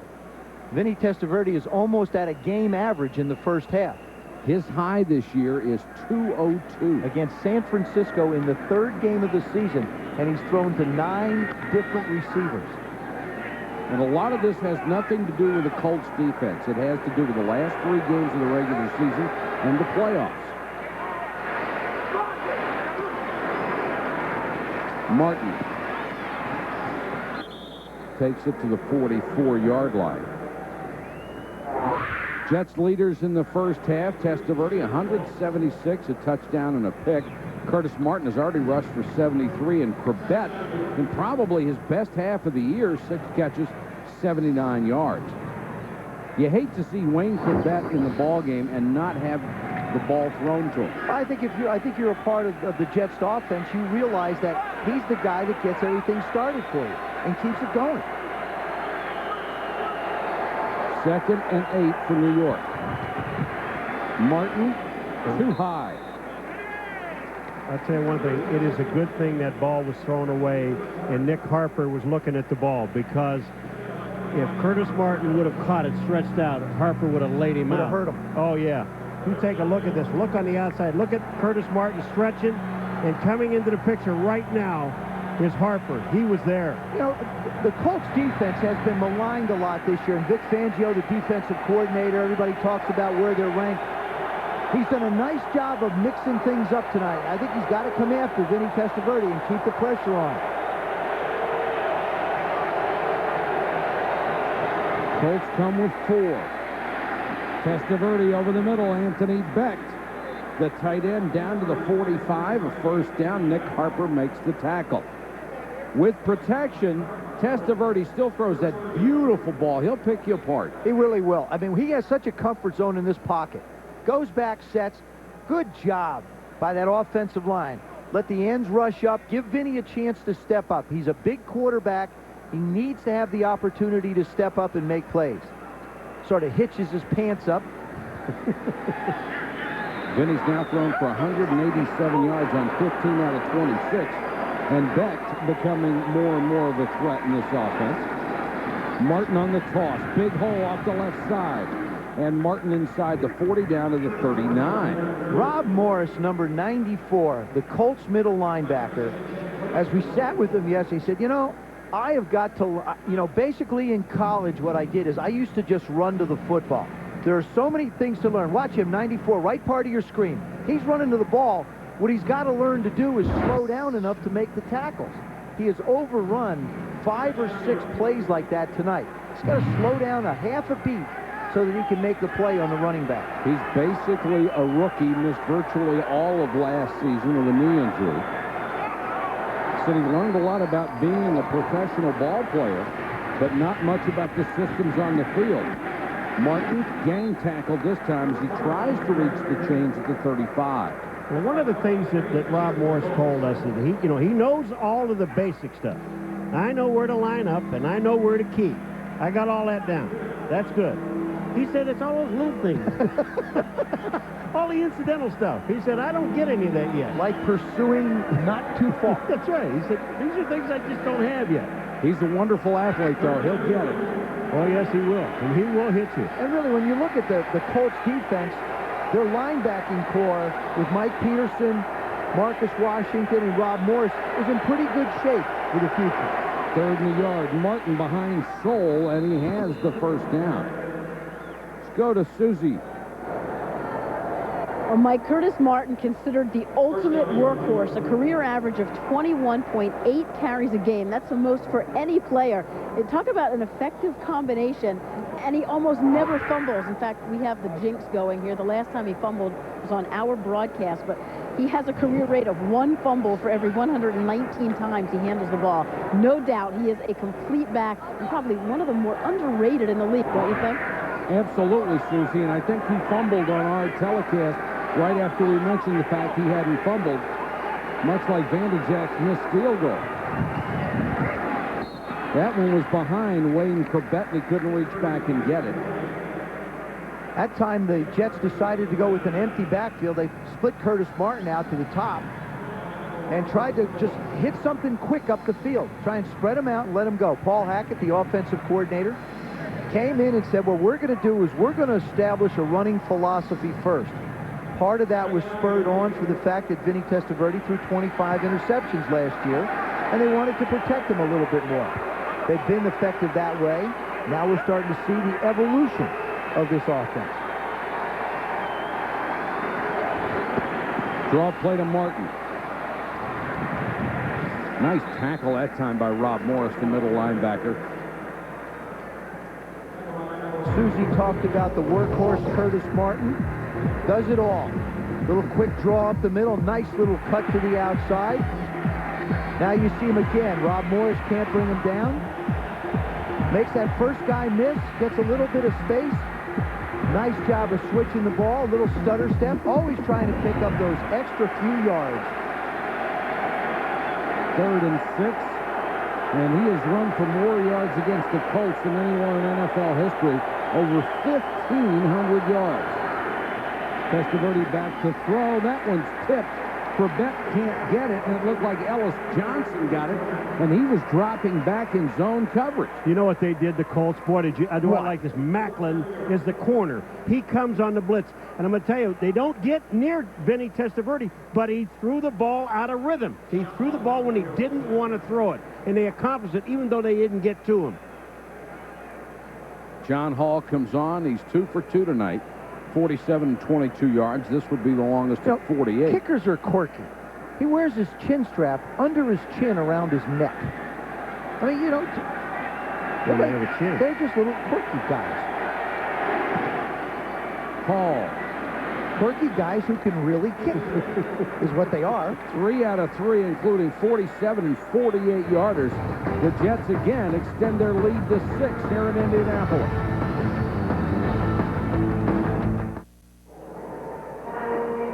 This is the sound this guy's electric meter makes. As it goes round and round with all those beautiful Christmas lights. Look at the deer moving their heads. What do they call those? Animatrix? They call them deers moving their heads. Thank you. With lights. They're going over the ball! They are animatric, Michael. That guy did not require electricity. McDougal deep. Driven into the corner, takes it at the goal line. McDougal making up for a couple of earlier muffs all the way out to the 40-yard line. John Hall, the kicker, had to take him down. It's a return of 40 yards for McDougal. Peyton Manning down by 6, leads the offense back out.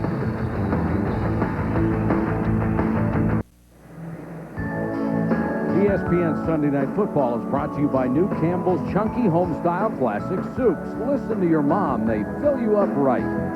By New York Life, the company you keep. And by Sprint PCS, the clear alternative to cellular. That's the Soldiers and Sailors Monument in downtown Indianapolis, built to honor Indiana's Civil War veterans. I'll tell you, this is one clean town. It is. Very pretty downtown. Yes. Colts start from their own 40, down 16-10.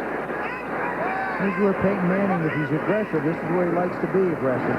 They go with a run to Rhodes, and he's aggressive for 14 yards into Jets territory. Boy, I love what they've done to him. We talked about in the first quarter, they ran him wide 3 times. He didn't gain a yard. Now watch. Look at the blocking of the offensive line. They get out. All they have to do is just kick someone out. Glenn gets a block. McKinney gets a block. And that hole is there. Rhodes, coming off 177 yards a week ago, has 90 tonight on 11 carries.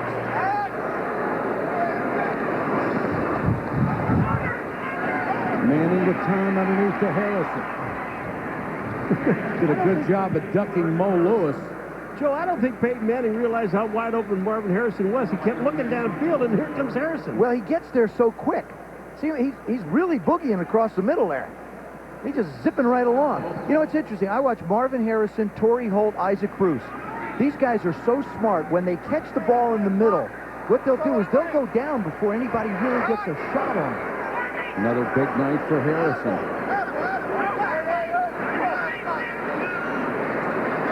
Manning, who may be the smartest quarterback in the NFL at recognizing defenses and changing plays.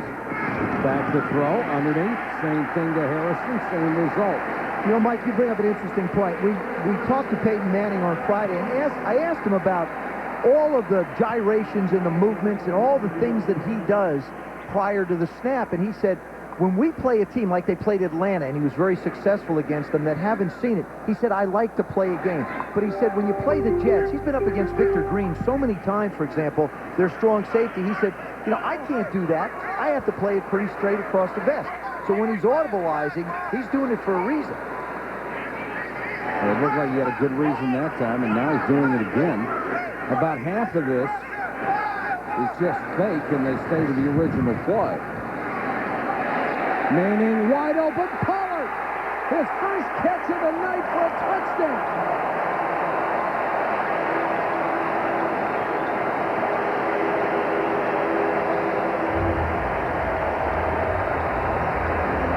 This is only the second time this evening that he threw the ball to Marcus Pollard. And Marcus Pollard told us, look at Peyton Manning. We said to Mo Lewis, how much is this real and how much isn't? He said, when I look at the offensive linemen and they don't move, I know that this isn't real. But look at here, Pollard. He said there is no one person that's going to be able to cover him. And Pollard may have stepped out of bounds. It looked like that left foot was on the line. Here comes the flag. They're going to challenge the call. The flag is on the field. They see it, Paul. They see it, Paul. Well, I'm trying to get the referee's attention. You got his attention. Hey! Yo! I don't know that they can hear you from up here. Good job, Paul. Thanks, Joe. And I'm sure Herm appreciates it. Well, in those situations, they line up for that extra point just about as fast as they can. They feel he stepped out of bounds. We'll review the play. Let's review that, baby. Looked like his left foot was on the white. Where is the ball?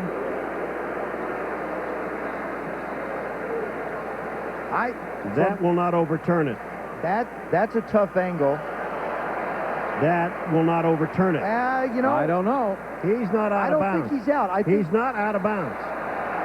I would have to say that it does not. I don't believe he actually hit it. Now, the interesting thing is that going to be conclusive. That's what you have to see. And you can cast your vote and log on to ESPN.com or NFL.com and click on to Enhanced TV. Jump right in there and start voting. Man, do you read well. You really do. Thanks. It's amazing. This is so close. Yeah, this one here does it, but that one from the end zone coming back out, because that doesn't tell me anything. Michael, you think he's out? I'm not sure, Joe. Here's I the think guy. this is Watch too this. close. Now watch this. Is he touching the line? And you can see dark, but his foot rolls. See, the shoe rolls a little bit, but never quite gets on it. I think it's going to be difficult to tell. Touchdown. I don't think they can overturn that if it's that close. See, let the play stand. The call on the field is a touchdown, and our statistician Mark Fredrickson just gave me a note that fantasy football owners nationwide are voting heavily in this because touchdowns are what is very important in fantasy leagues. Now, take a look at the sideline. See, this has been put down after a basketball game. See the sideline? See how crooked it is? You see that? Just how it's been laid down? That is not a straight line. I thought I had too much eggnog when I'm looking at this shot. What he did, I think he hit one of those little spots that's out. There's another look at it. Yeah, that's that. I still think you can still see green. They're not going to overturn this. It's a touchdown. Here it comes. Touchdown. After reviewing the play, it's been determined the player did not go out of bounds. The ruling is a touchdown. Way to go. And that's a good decision. That really is a good decision. And that will cost the Jets a timeout. We'll see if that comes back to hurt them. But I thought it was a good challenge because you don't have very much time to make that determination. You did an excellent job. You brought it up right away. And, of course, Herm was listening. Plus, you know, the official was listening to Paul, telling him that the flag was on the field. So you guys have done an excellent job. Thanks, Joe. You're welcome. So now Vanderjagt for the lead.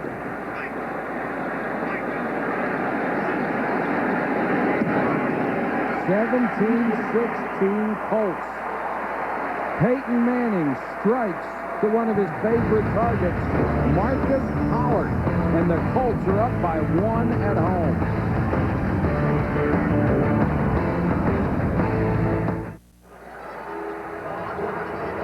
Marcus Pollard, the former Bradley basketball player turned tight end, getting the crowd back into it as he caught a 28-yard touchdown pass from Payton Manning to put the Colts back on top. Yeast from the 10. Turns the corner. Yeast finally forced out of bounds near midfield. 37-yard kickoff return for Craig Yeast. So the Jets will have great field position when we come back. They're down by 1 point. Punches here on ESPN. Aaron Brooks. Brooks goes to the end zone for Jackson for the touchdown. Ricky Williams look to stay alive for the postseason against Lamar Ellington and the Redskins. Redskins Saints, 8:30 next Sunday on ESPN. On behalf of the Indianapolis Colts, I'd like to wish our military personnel a happy holiday season. Thank you for protecting our freedom. You know, stars like Peyton Manning are used to being called heroes, and they are in their own world. But we know who the real heroes are now. We have them in this country, and we have them all over the world now. Jets start from the 47. Vinny with time, screen to Martin, and the Colts did a good job defending that one. Chad Bratsky was right in the middle of it. Well, there's a you know what? The offensive line of the Colts blocked too well. Yes. They blocked him at the line of scrimmage and left him there. They didn't let him get through. Good point. And they all just waited on the screen. And Martin actually had to come back to get the ball. Yeah, you've got to let those defensive linemen, let them think that they're beating you. Then he's waiting for pressure and nobody's there. The numbers on Vinny, 187 so far. His high for the year, 202. Four-man rush. Good protection. And too high this time for Santana Moss. David Macklin has taken on everybody. Any receiver that they want to throw out there, whether it's Lavernius Coles, Wayne Cravett, Santana Moss, Kevin Swain, he just gets up in their face and challenges them, and he's done an excellent job all night. Number 27, he's in the slot, which is really a tough position to play because receivers can go so many different ways. Gave Vinny no chance to put the ball anywhere. He can't cover anybody out of the slot any better than that. And Macklin really stepping up with Burris injured and out. Now it's 3rd and 11, and this crowd is really into it. There's Jeff Burris. And the Jets will have to use a timeout. They are down to 1. Remember, they lost 1, challenging the touchdown call. Back in a moment.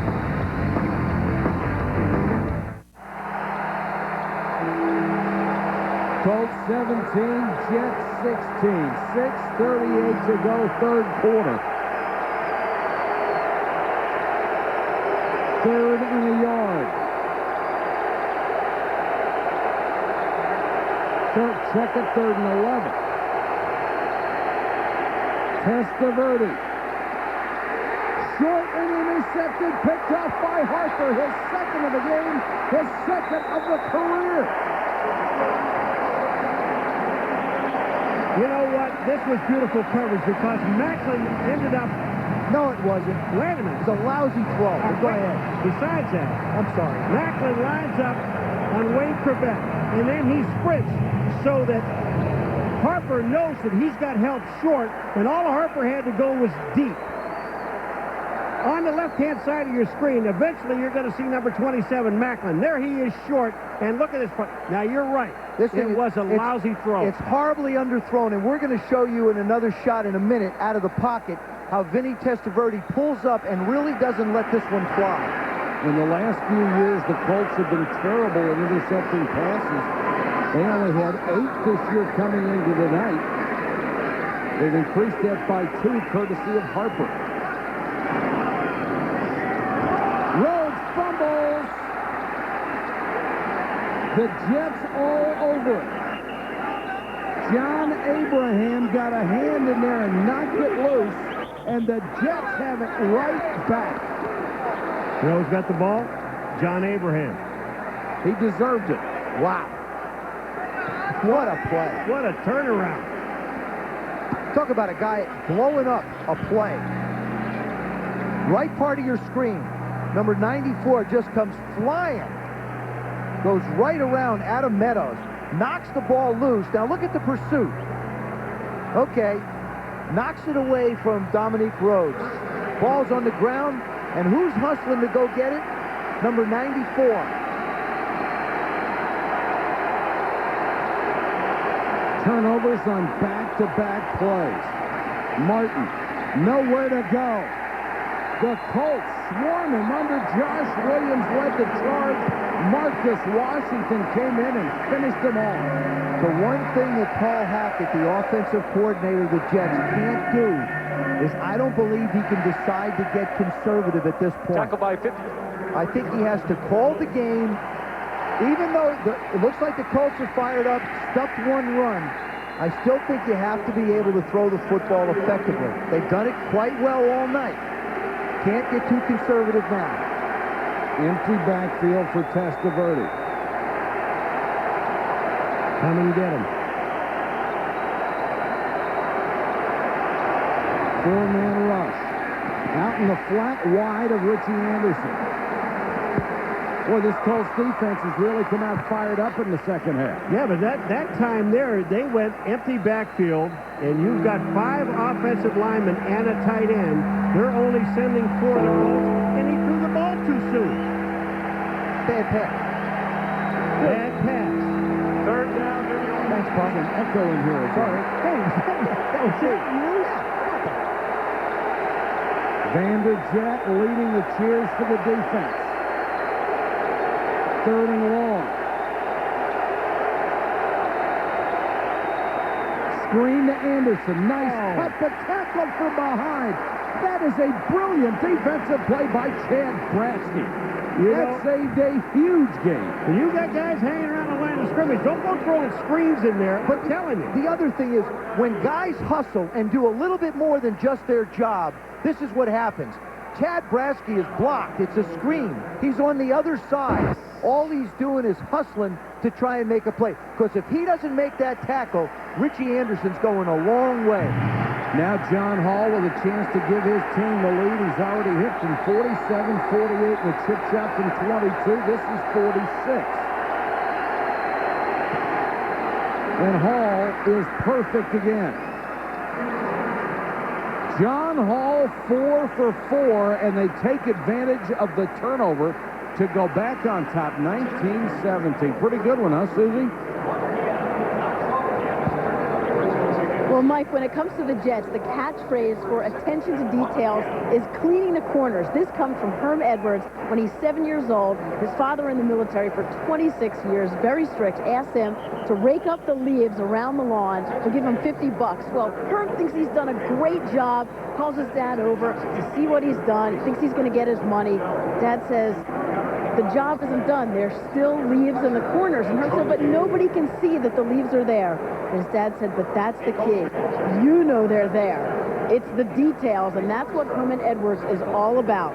Best turnover differential in the NFL, the least penalized team. It's all the little details. And Susie, people were concerned when people called him a player's coach. A lot of people say, well, that means you're too soft. He's a player's coach, but he is also a disciplinarian. Marcus Coleman, his starter at right corner, did not start tonight because he was late to a couple of meetings. He is going to enforce his discipline. He's an outstanding teacher. He's also John Abraham and Sean Ellis, both his young defensive ends, brought him in early part of the season. Showed him film of their rookie year and said, these two guys that I see on film are not the two guys that I see playing. And this defense will only be as good as you guys allow it to be. McDougal is deep. Hall's done a nice job kicking off as well tonight. A yard deep. McDougal, who gets there in a hurry, bursts through the middle and gets out to the 30. Upended by Chris Hayes. We asked Herman Edwards about the goals he set for his players this year. It's not about winning 9 or 8 games every year. It's about putting yourself in playoff contention so that you can play for the prize. And I always tell players that don't be satisfied with we had an okay season, because you want to be able to say that, hey, we made it to the playoffs and we had an opportunity to fight to become world champions. He's a very bright man, and he has done an outstanding job in his first year. The Colts trail again, start from their own 30, and Manning goes right back to work. Harrison again with the short stuff will pick up about 5. James Ferrier with the tackle. Here is the AFC playoff picture right now. Pittsburgh, Oakland, and New England with the lead in the East. The wild cards, Miami, Baltimore, and the Jets have the top 3 spots. Seattle, Denver, and Tennessee, hoping that the Jets fail tonight, which would get them back in it. A Jets win, and a couple of these guys are eliminated. Indianapolis, Denver, Tennessee, and Cleveland would all be knocked out by a Jets victory this season.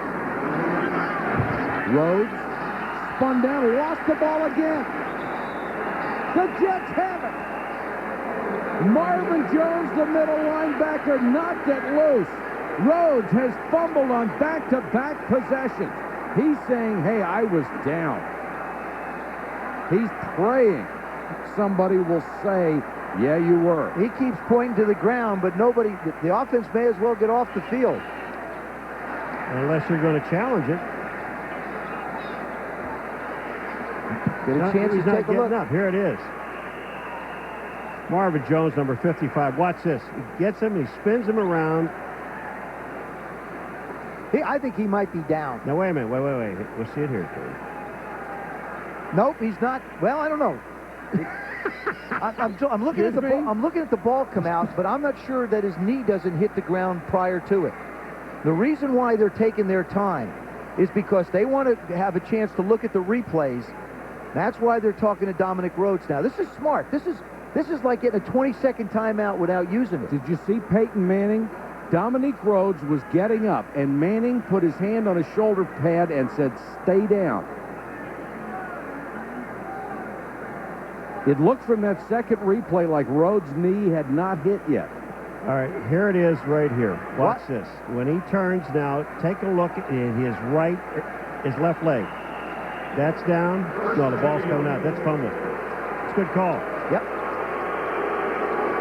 And another break for the Jets. Can they take advantage? They have been the most opportunistic team in the NFL this year. Testaverde underneath to Richie Anderson. To the 32. The last time they got a fumble, the Jets ran 4 plays for a -1 yard and got 3 points. Well, they got a little bit more than that one on that play. And Rhodes getting a little talking to. He has fumbled on back-to-back possessions. Well, that's, when you talk to coaches and you say, against the team, what do you need to do?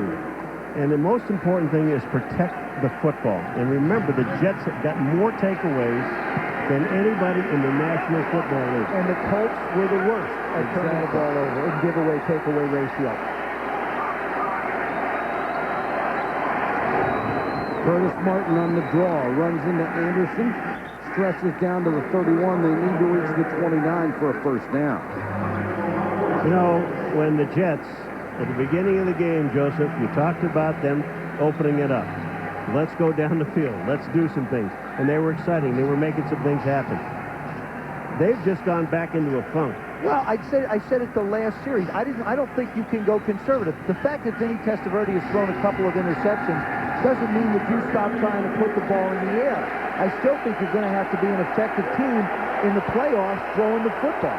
See what they call on 3rd and 2. And now Vinny fakes like he's changing the play. The direct snap to Curtis Martin, and he is knocked out of bounds right at the sticks. Where they marked it, it's going to be just shy. Boy, did David Macklin close. Number 27, he closes on Curtis Martin. How's that for being alert as a defense, though? Look at Vinny does his thing. They shift a little bit, but look at the linebackers. Chad Cota, number 37, coming up. Macklin, again, does a real nice job, and Cota says, it's right here. It's right there. Well, the only way that this thing is because of where that ball was in Curtis Martin's arm. Question is, if you're Herm Edwards, do you want to go for it? Just going to say, what an interesting decision it would be. You're up by 2. A field goal would put you up by 5. This one's short. Wow. Well, if that's the case, you're always right. No, it's short. You're always right. Don't second guess yourself. No, I got that blue eye. I'm sorry. The one blue eye and the brown one. I use the blue one for the real close stuff. Go for it. Oh. Go for it. I'll tell you what. No, you don't. That away. You go up. There's his son Marcus right behind him saying, yeah, Dad, that's a good call. Not when the game is this close. You go up by 5 if you get a chance. I like this. No field goal, they will go for it or at least come out. Your defense going for it. Your defense is playing well. It's not defensively in the front line. The Indianapolis Colts don't have those big anchors in the middle. They're not a very big defensive line. And this Jet offensive line is pretty darn good. Anderson and Martin behind Testaverde. Richie Anderson with a dive. He should have it. Colts say they have the football. Macklin, they're going to blow the play dead. Oh, would that have been something? Holy cow. I'll tell you, he must have hit the ground in a hurry because it didn't take but a second for Macklin to be up running the other way. Macklin was up. He got the ball. What do you think, Paul? It's not a great spot, but I think they have it. Paul? He had to get on the other side. You know what? It's right on the 1st and 10. Honestly, where they put this ball, I don't think he has it. It's right on our 1st and 10 line, but... Oh, wait a minute. I don't think he made it. Oh, my goodness gracious sakes. Wow, you can't make it by much more than that. Got to by a length. That's the old left foot, right foot by an official. I just want to see how the ball came out, but if it's blown dead, it doesn't make any difference. Here's the handoff. You know what? That's a fumble. You know why? Because he's not on the ground. It's a fumble. That ball is out. If I'm Jim Mora, I'll challenge it right now. He does not have possession of that ball, and that ball is not on the ground. If I was him, I'd challenge him. But if they blow him dead, it's over with, Joe. Oh, I'm sorry. The inadvertent whistle that doesn't exist anymore. You're right. So a break for the Jets. They got the first down, avoided the fumble. Now can they turn it into points? Curtis Martin inside the 20. That's such a great burst. You know, Curtis Martin, his mother said something interesting a couple of years ago to just display his generosity. She said he wouldn't have any money left if it weren't for me. His church in Pittsburgh, people come to him from everywhere and say, Curtis, I need this, Curtis, I need that. And they've got it. And his mom says, you know, he makes a lot of money, but he needs to keep some of it. He's just a good-hearted person and a heck of a football player.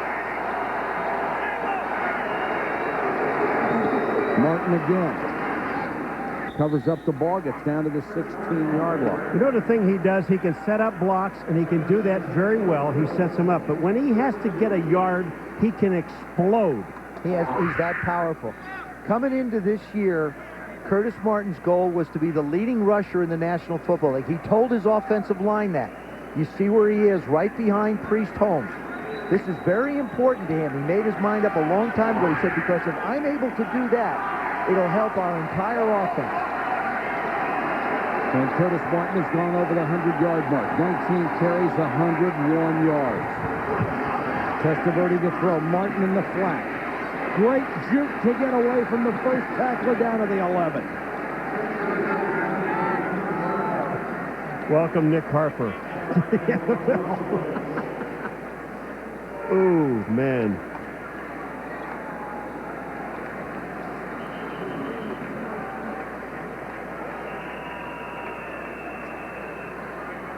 And that's the end of the third quarter. The Colts have the Jets down, but in a must-win situation, the bounces have started to go New York's way.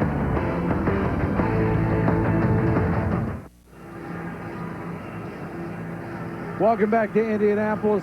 Fourth quarter, and the Colts have been their own worst enemies this year. They lead the NFL turning the ball over, fumbled back-to-back possessions in this one. You got to protect the football. You have to protect the football, and they're not doing it. Well, it's also in their own end. That quarter, the Jets ran 22 plays. The Colts have run 6. It doesn't do Peyton Manning any good when there's only 6 opportunities to be able to even get on the field. The Jets said coming into the game, we want to try and keep Peyton Manning on the sidelines. We want to be able to control the ball. We want to do it with a short passing game. We want to be able to do it running the football and still take our shots. They came out, opened the game up, threw the ball down the field. Now what they've done is because they've had a short field and John Hall has done such a wonderful job of kicking field goals, they've decided to go a little bit more conservative. Quarterback comparison. Testaverde, 202 yards. That ties the season high. Curtis Martin has gone over 100, and Wayne Corbett, most of those catches early, 6 for 79 yards.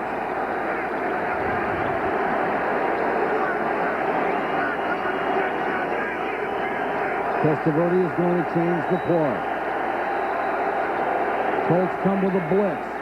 Fade to Coles. An excellent defense again by Macklin, who had great position inside it. Was that a replay? That was a replay. We saw that. We saw that in the first half. Yeah, and here it comes again. It's absolutely perfect coverage. The throw is right on target. Macklin, watch this.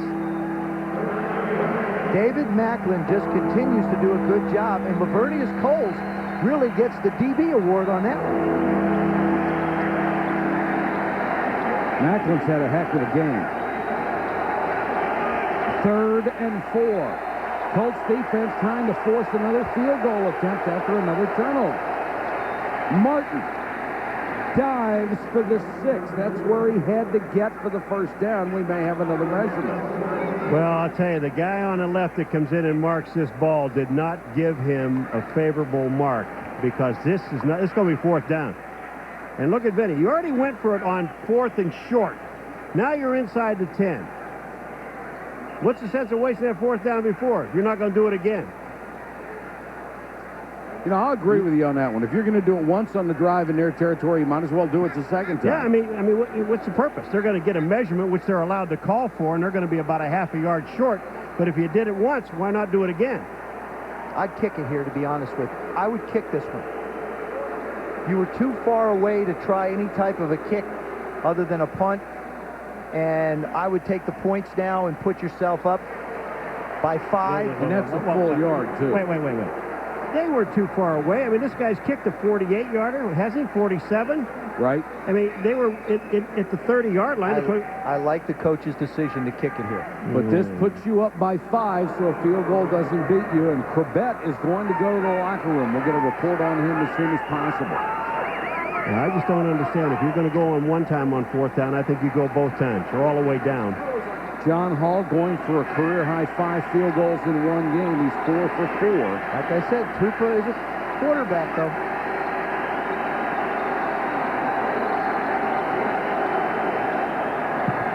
Hall converts again.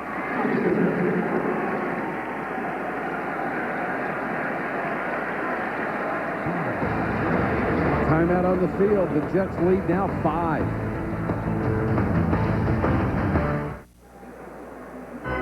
ESPN Sunday Night Football is brought to you by 1010-220. Dial and all calls up to 20 minutes are only 99 cents.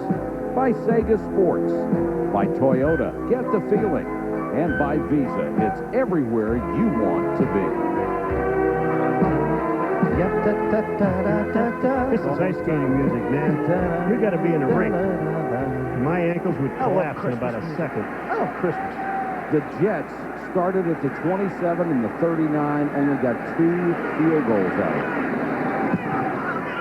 McDougal is deep. Short kick this time from the 10. Well, he goes full bore, doesn't he? McDougal up to the 35.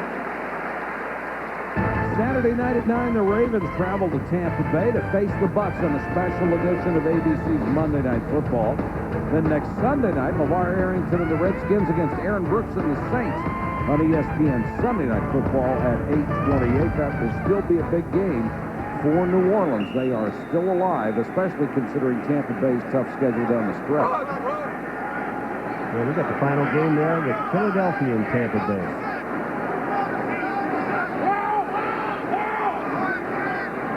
Colts start from the 35. They have back-to-back turnovers, both fumbles by Rhodes. Play action by Manning under pressure, and Manning will be sacked at the 34. Rick Lyle, John Abraham, James Reed, the rookie, everybody giving chase. What has happened, and why haven't they thrown the ball to Kent Gilbert?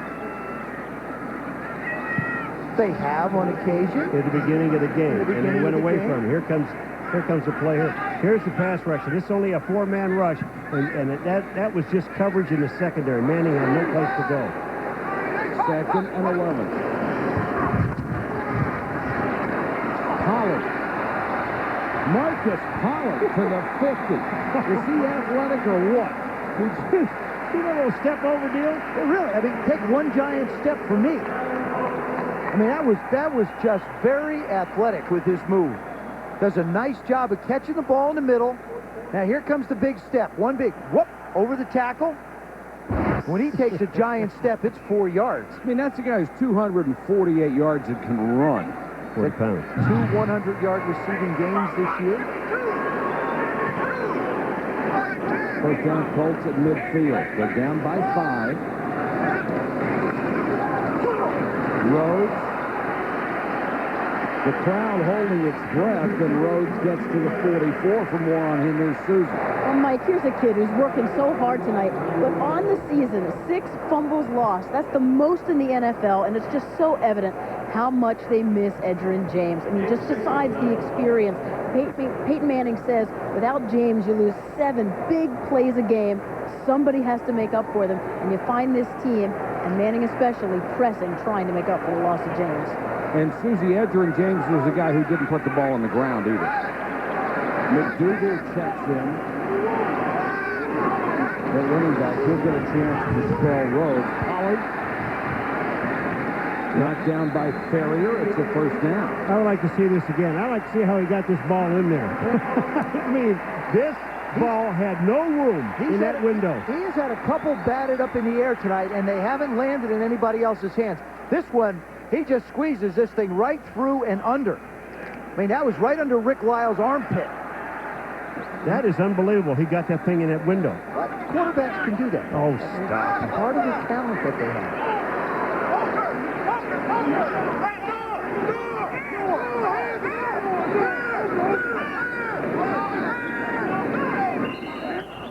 And Tarek Glenn moves early. That'll cost him 5. Have you ever heard so much yelling and screaming? Offense. 5-yard penalty. Remains first down. It's the first penalty against the Colts offense. Peyton Manning starts yelling. Then the defense starts yelling. Then Peyton yells a little more. The defense yells a little more. I really think that because Peyton does so many different things, not to have his offensive line jump off sides more than they do is great credit to their discipline. And now Dominique Rhodes is going to get some medical attention. We'll check on him as well. Prevent one earlier for the Jets. Blitz coming. They pick it up. Now Manning will go down, and there's a flag down as well. McDougal, who stayed in to pass protect, couldn't get the block on Mo Lewis, at least not long enough to keep him away from Manning. You're asking 203 to keep 260 out. 258, 260 pounds. Mo Lewis, when he comes on a blitz, he's a big guy, and Kevin McDougal isn't going to keep him away. And Mo Lewis is one of the best tacklers I ever saw. When he gets you, he's got you. Offense. They're going to refuse penalty this. is declined. Result of the play. Because of the sack, they're going to refuse this, and now it's going to be second and real long.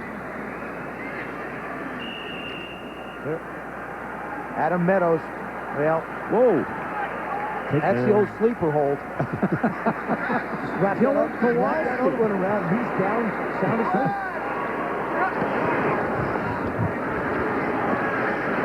McDougal lowers his head and gets to the 39. Lewis and Ferrier combine on the tackle.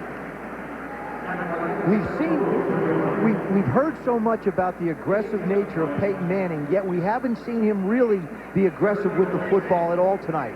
We've heard about Vinny Testaverde being basically conservative, and through the first half, they were very aggressive. I think this is one where Tom Moore has got to figure out a way to get the ball to Marvin Harrison or Marcus Pollard in the middle of the football field. 3rd and 11.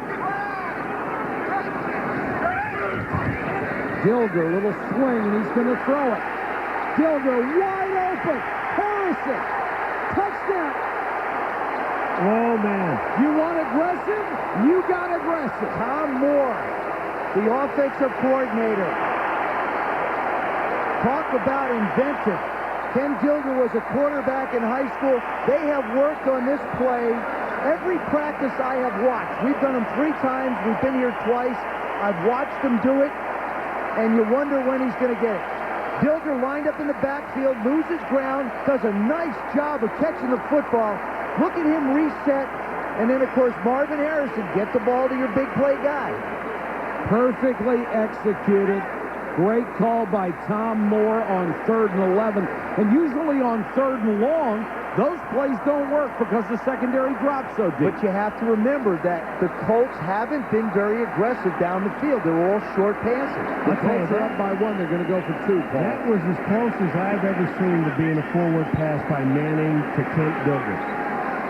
Ken Dilger. I thought that was a lateral. Manning in the shotgun as they go for the 2-point conversion. Now hand it off to McDougal. Lowers his shoulder and got in there. The lead is 3. McDougal only has 1 speed, forward. And fast. You get to this time of year, and you've got to look for plays. You saw one in the Chicago game where Brian Urlacher makes a play. Now you see Ken Dilger just set up, break out those old high school days and throw a touchdown.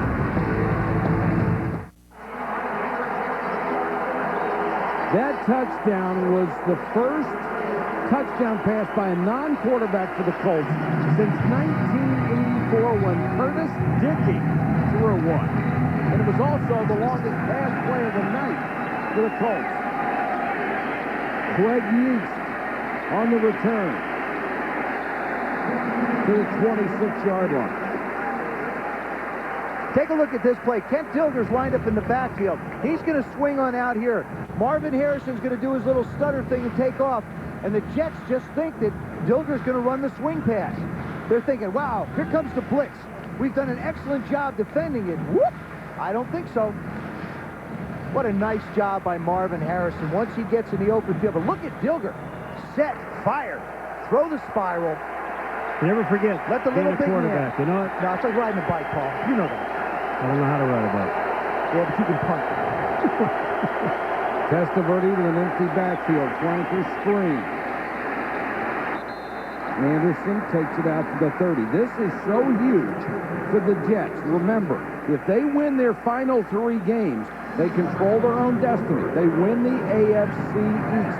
But they've got to do that if they lose tonight or any of the other weeks. They have to hope somebody else gives them a break. Well, I was talking to Herman Edwards yesterday. I said, what about this Colts team? And he said, I'll tell you what, it scares me to death. They're a team that mathematically have slim, but they're going to throw everything they can possibly throw at us because they have no place else to go. And they just threw one of them at them.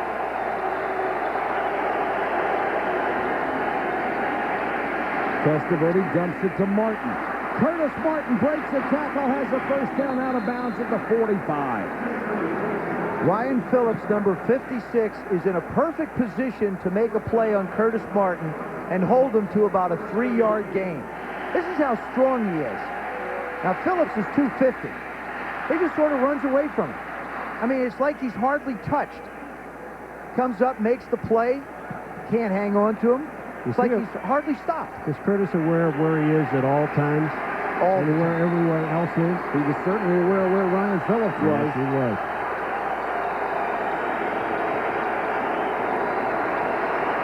Blitz comes. Draw play. Martin.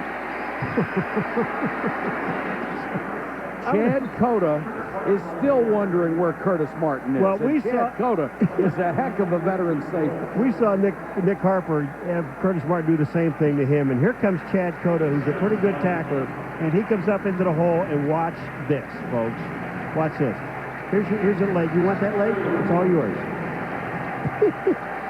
Talked about Curtis Martin having to touch the ball 30 times. He has 25 touches tonight, 111 yards rushing, 31 receiving. End around, Coles, Testaverde ready to throw a block. Lavernius Coles run out of bounds. So Vinny has been a lead blocker and a wide receiver on 2 different plays tonight. But Kerry Jenkins, I mean, he gets an outstanding block on Ellis Johnson. He peels back. He just, you catch a guy on the blind side. Watch on the right-hand side of the screen, number 71. Watch him peel back. Right there, bang. And there goes Ellis Johnson down. Vinny Testaverde, you going to call that a block? Did you call that a block? I he never was out said there anything. trying. Who said you did? I did. Oh, look at that. See? He got a hand on Macklin. It officially counts as an attempted block. My mind, anyway. First down, Jets at the Colts 38, down by 3. Martin on the toss. Colts string this one out, courtesy of David Macklin. Down to the sideline to Susie. She's got more on Wayne Corbett. Well, Mike, here comes Wayne Corbett running out from the locker room. They took him in for cramps. Is expected to come back into the game. And you know what? In crunch time, they can't afford to not have him out there. Tonight, 6 catches, 79 yards. He does so much more to make this offense go with his blocking. And Lavernius Cole said he just appreciates having him out there on the other side. Here he is back again. All right, Susie, and that last pattern we saw him run, that was a beautifully executed pass pattern. Tighten them socks up, get ready to go back in. Martin goes in motion, leaving Anderson in the backfield. And Anderson, on the play fake, a play they ran before. Anthony Beck, the tight end. 2 guys take him down at the 32. It's going to be 3rd and about 4. Both of the Colts corners, Nick Harper and David Macklin, have really played well. Watch this. Good job by Williams. He's going to get out, or Josh Williams is going to create a problem. Now, Beck is a big guy. Look at Nick. Stick his head in there. Wait for help to come. 3rd down. Tuki Wakori's been all over the field helping out. A lot of hustle tonight. A lot of hustle by this Colts defense. If they don't get the first down from here, it would be a 49-yard field goal. They only have 4 seconds. They're going to have to use their last timeout. So they will have none for the final 6:08. Jets down by 3, but driving.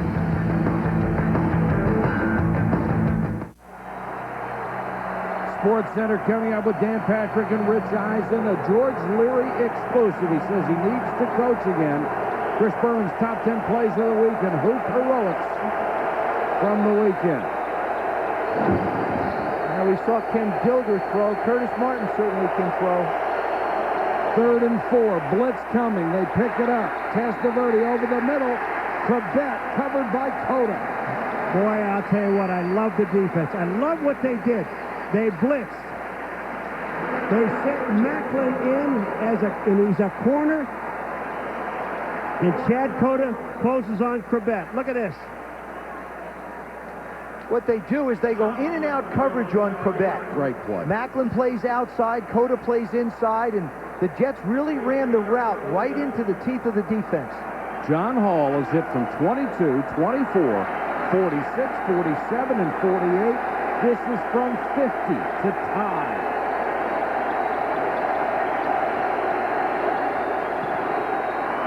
Hooked it.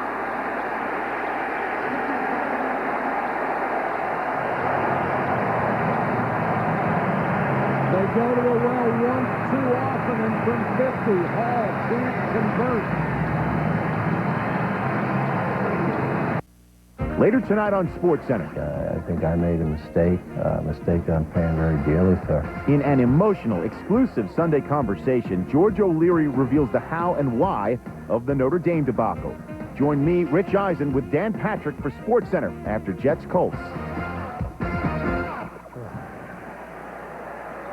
Colts defense getting some congratulations on the sideline, and they deserve it.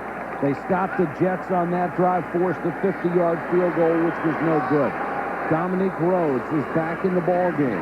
The Colts would love to work on the clock. Dominique Rhodes to the 42. The Jets do not have any timeouts left. How about work on a touchdown? I'll tell you, Dominique he looks like he's limping. He wasn't running full speed. If he were, when he got to the break to the outside, look at this.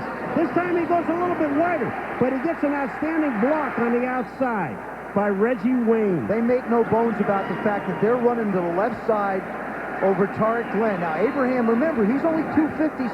He's a pass rush specialist. Tarek Glenn is 332, their left tackle. And that's where Dominique Rhodes has done the most damage tonight. Rhodes was examined in the locker room for a sprained neck. Back on the field, that was a gain of 19. He has 115 for the game. Rhodes again bowls his way to the 31. Another first down. And you can see the way that he is protecting the football also. As soon as he gets the handoff, you can see both hands on it. But what I like is he has the confidence to loosen it up once he starts. Both hands on the ball. See him in traffic? Now as he breaks out, he puts it into one hand. Like that.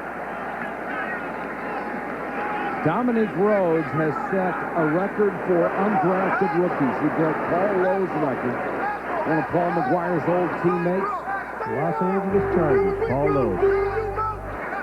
They found the jewel in this kid. Rhodes again, covering up the ball, gets to the 30. The Jets, all they can do is watch that clock tick away down to the 2-minute warning. And you know what Peyton Manning's doing, Joe, what all smart quarterbacks do? He runs that game clock down to 2 seconds. He really does. Before that ball is snapped. And he's taken all 40 seconds off of that clock. Well, 38 of them.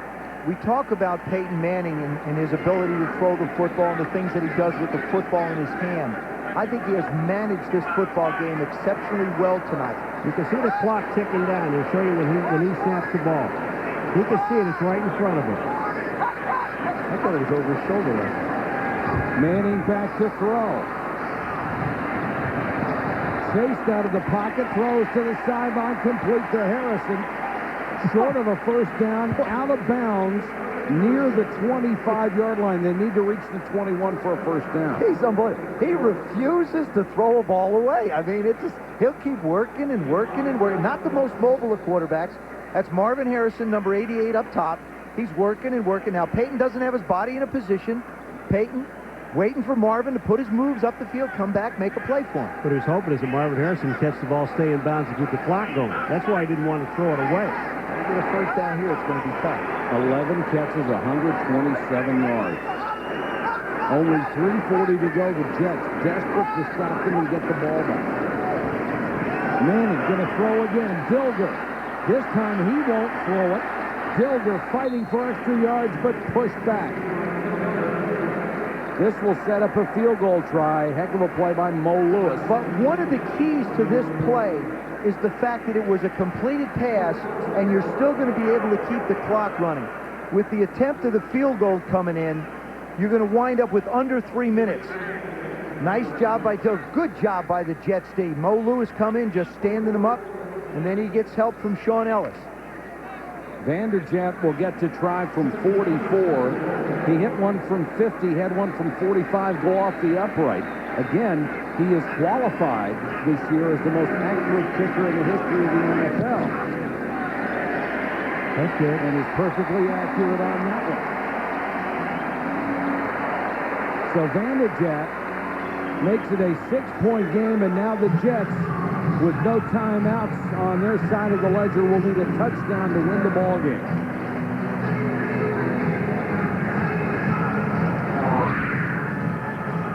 Vinny Testaverde has thrown for a season-high 224 yards. He's thrown it 40 times tonight. Manning, more than 2/3 completions, 23 of 31, 1 touchdown, 215 yards. Last week against the Cincinnati Bengals, the Jets needed 2 touchdowns late in the 4th quarter. Herman Edwards went to Vinny Testaverde and said, look, we're going to put the ball up. You need to go get it done. Vinny doesn't need to have that kind of a conversation with Herm now. We've seen Vinny Testaverde come back in the 4th quarter. Who could forget the spectacular play on a Monday night when they came back against where the Dolphins were Miami? They came back and scored 1,000 points. He will be operating on a Colts defense that is last in the league in points allowed, 31-1.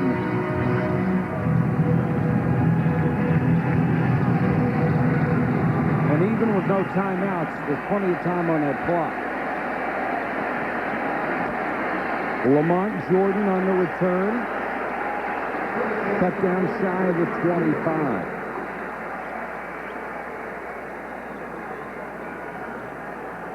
The Patriots, Dolphins, and the Jets, it's a jam up at the top of the AFC East.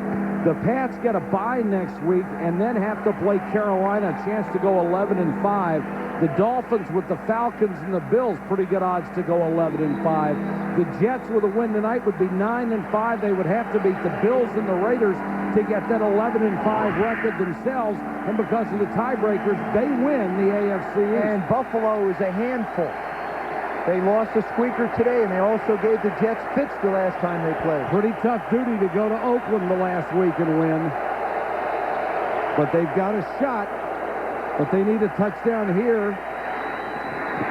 Martin forced out of bounds. Vic Fangio, the defensive coordinator of the Colts, he's faced with a little bit of a dilemma. He knows that the only way that he's gotten pressure on Vinny Testaverde is to bring 5 rushers. If you do that, you're going to expose your defense a little bit and put a lot of pressure on those corners. Now, Macklin and Harper have played very well, but do you want to do it this far back to give up a big play? That's the dilemma that he has. Colts show a 4-man rush, and they come with 4. Vinny steps up, too high, and Cota dropped it. Chad Cota, it would have been a tough catch because the ball was behind him. Spahn got his hands on it and couldn't hold it. Boy, Vinny just lets this one go high. This one gets away from him. This is one of those high, hard ones that nobody's going to get their hands on. Kevin Swain was 3 yards away from it going the other direction. 3rd and 9, obviously 4-down territory for the Jets. They do not have a timeout left. You got to think a Wayne Corbett here. Testaverde hit as he throws. Guess who? Corbett at the 48 with a leaping grab. Well, you know what I like about the play is they threw the ball in the middle of the field. They're coming up on a 2-minute warning, so you can still do that and not worry about the clock. But that ball was just, I mean, that was all Wayne Corbett. How do you throw a leaping ball to a 5'10" receiver? This is unbelievable. Look at Corbett make a play on this ball.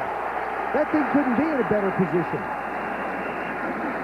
7 catches, 102 yards for Corbett, and we have reached the 2-minute warning. This has been a beauty with so much on the line for the New York Jets. Timeout, 28-22. Colts over the Jets from the RCA Dome.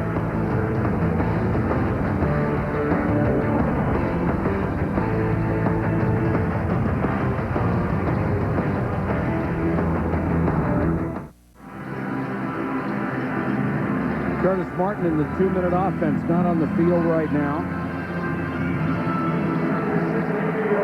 The Jets, after that must snap, 2nd and 16. Moss with that great speed is out there. Richie Anderson the setback. 3-man rush. Vinny looking for somewhere to go. Corbett, tiptoe on the sideline. He got it. You see Corbett, I mean, you know, if you want to know how to catch a football and know where you are and being aware of where you are on the football field, Wayne Corbett, watch this. Then he throws this ball to the outside. Look at Corbett. Both feet down, catches the ball out of bounds. And that nearly cost him a first down. They gave them a mark that was about a yard shy of where he caught the ball, but it was a first down by a couple of inches. That play took 6 seconds. The Jets need a touchdown to win. Draw play to Martin and a beautiful diagnosis by Mark Thomas, the veteran out of North Carolina State, sitting here waiting on it. What I told you, when you're heading for the quarterback, always make sure you check the back, especially if it's Curtis Martin. Testaverde has to step up now. He's going to run. Vinny with a lateral to Martin. What a play, got down to the 20. Somehow or other, I don't think that one's located somewhere in the playbook. That's no, Paul Hackett did not call out. That's too veteran. But look at how Vinny's looking back. He's looking to see who's coming, and he's looking to see who's behind him. I don't remember Vinny running the option much at Miami, do you? No. You know, why have they stopped this clock? Because he spiked the ball, and it bounced forward. And as we were visiting, that's what happened. They got up there fast and did spike it. I didn't see it. Sorry. Before that play, Vinny had run for 15 yards this year. Now you've got Anderson and Martin in the backfield.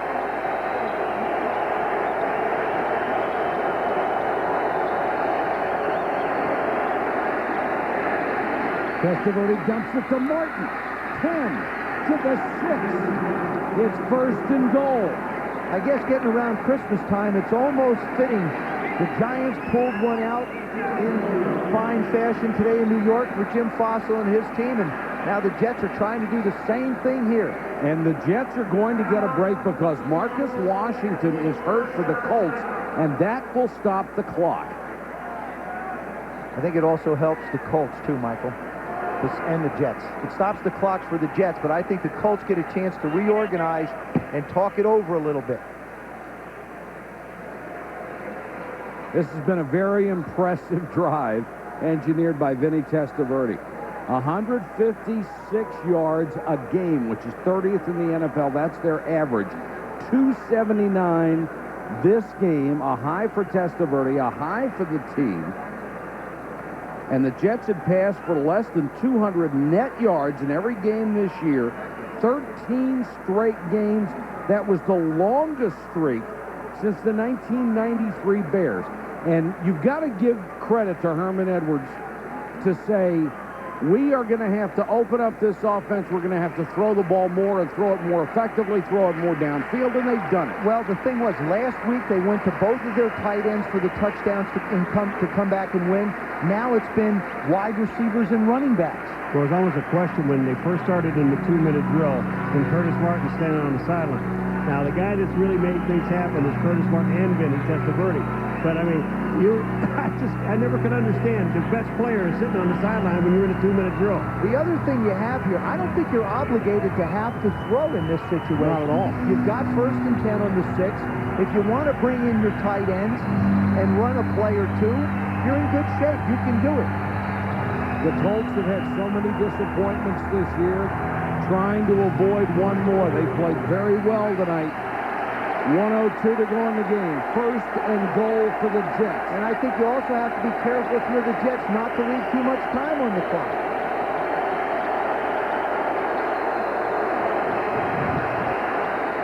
Vinny, touchdown! Anthony Beck, the tight end, just like last week. As you just mentioned a moment ago, Joseph, there's 58 seconds remaining on that clock, and the Colts still have 2 timeouts. It's what you practice all the time. What a terrific job, though, by Vinny Testaverde. And the big play, his scramble for the 1st down and his lateral back to Curtis Martin. He ran for 14 yards on that play. The lateral of Martin got 9 more. So Vinny's been an option quarterback tonight, a receiver and a lead blocker. Not bad. John Hall for the lead.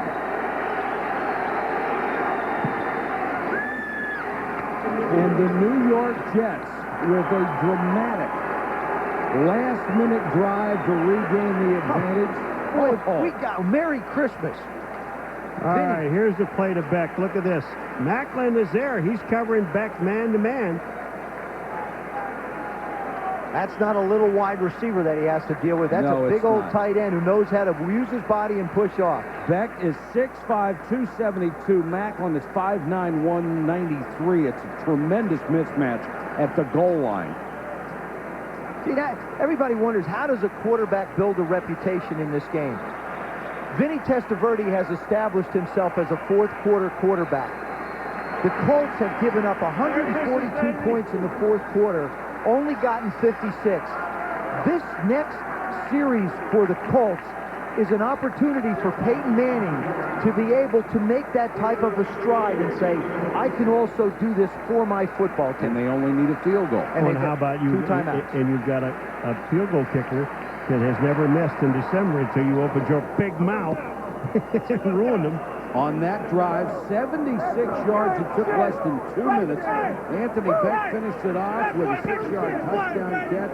Testaverde was 5 out of 7 and had that big run as well. McDougal, a yard deep. Ouch. Crushed as he got to the 20. Gerald Soule just planted him. Now Peyton Manning with 55 seconds. Remember, at the end of the half, he did a terrific job of operating the 2-minute drill and gave Vanderjagt the opportunity to be able to put one through. So it's almost deja vu all over again. Vanderjagt's already had 2 long ones and hit the post with another long one.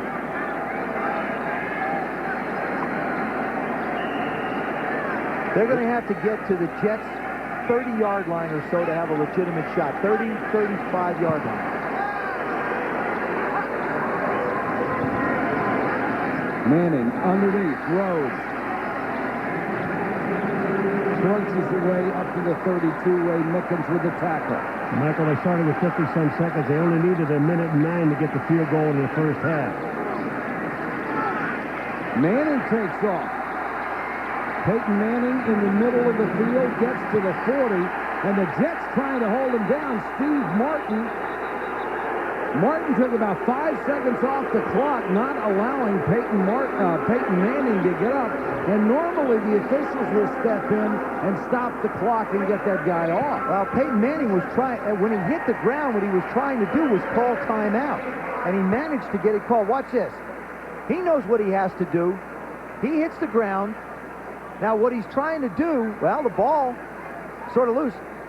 He's trying to call timeout, trying to grab the ball, trying to do everything. Well, Martin wasn't trying to hurt him. All Martin was, he sees the ball.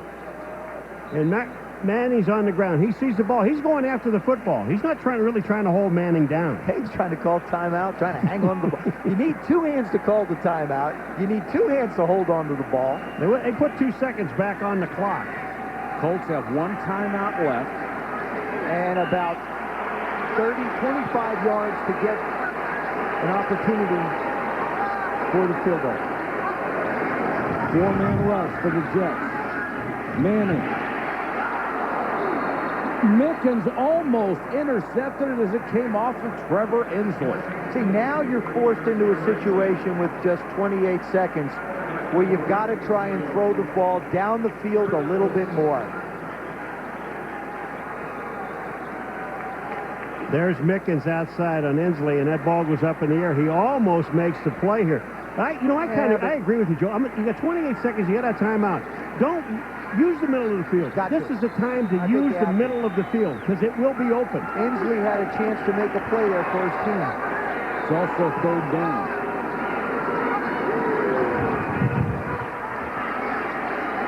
Manning with time. Harrison bobbled it, couldn't hold it. Well, I'm going to tell you what. Marcus Coleman held Marvin Harrison all the way across the middle of the field. And I know that isn't legal. Here it comes. No, this is way before this. He was holding him as he came off the line of scrimmage. What a great throw. Oh, yeah, it was a... Well, Marcus Coleman is 6'2". Marvin Harrison is 6 feet. Coleman's got those long arms, and Manning still managed to get it over. Now, they're in a situation where he's got... That's what I'm... Look at the holding. 4th and 3. You think he's got him by the shirt? No, they don't call that. Now they've got to get the 1st down. It's 4th and 3.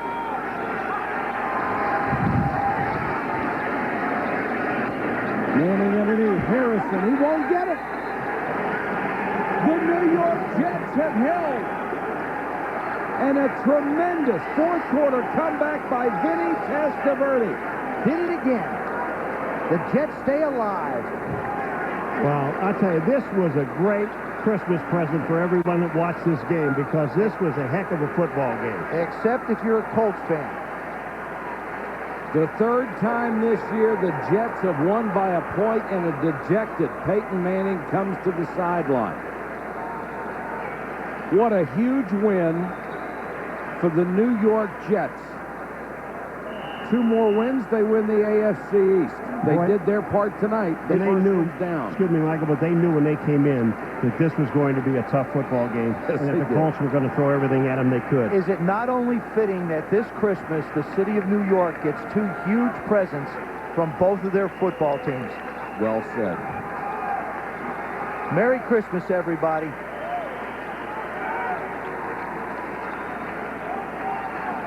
The Jets, Miami, and Baltimore all 9 and 5 in that wild card race. But the Jets right now are not thinking wild card. They're thinking sleep and getting the AFC East Championship. What a great ball game. The Jets win at 29-28. For our entire ESPN crew, this is Mike Patrick. Merry Christmas from the RCA Dome in Indianapolis. This has been a presentation of ESPN, the worldwide leader in sports.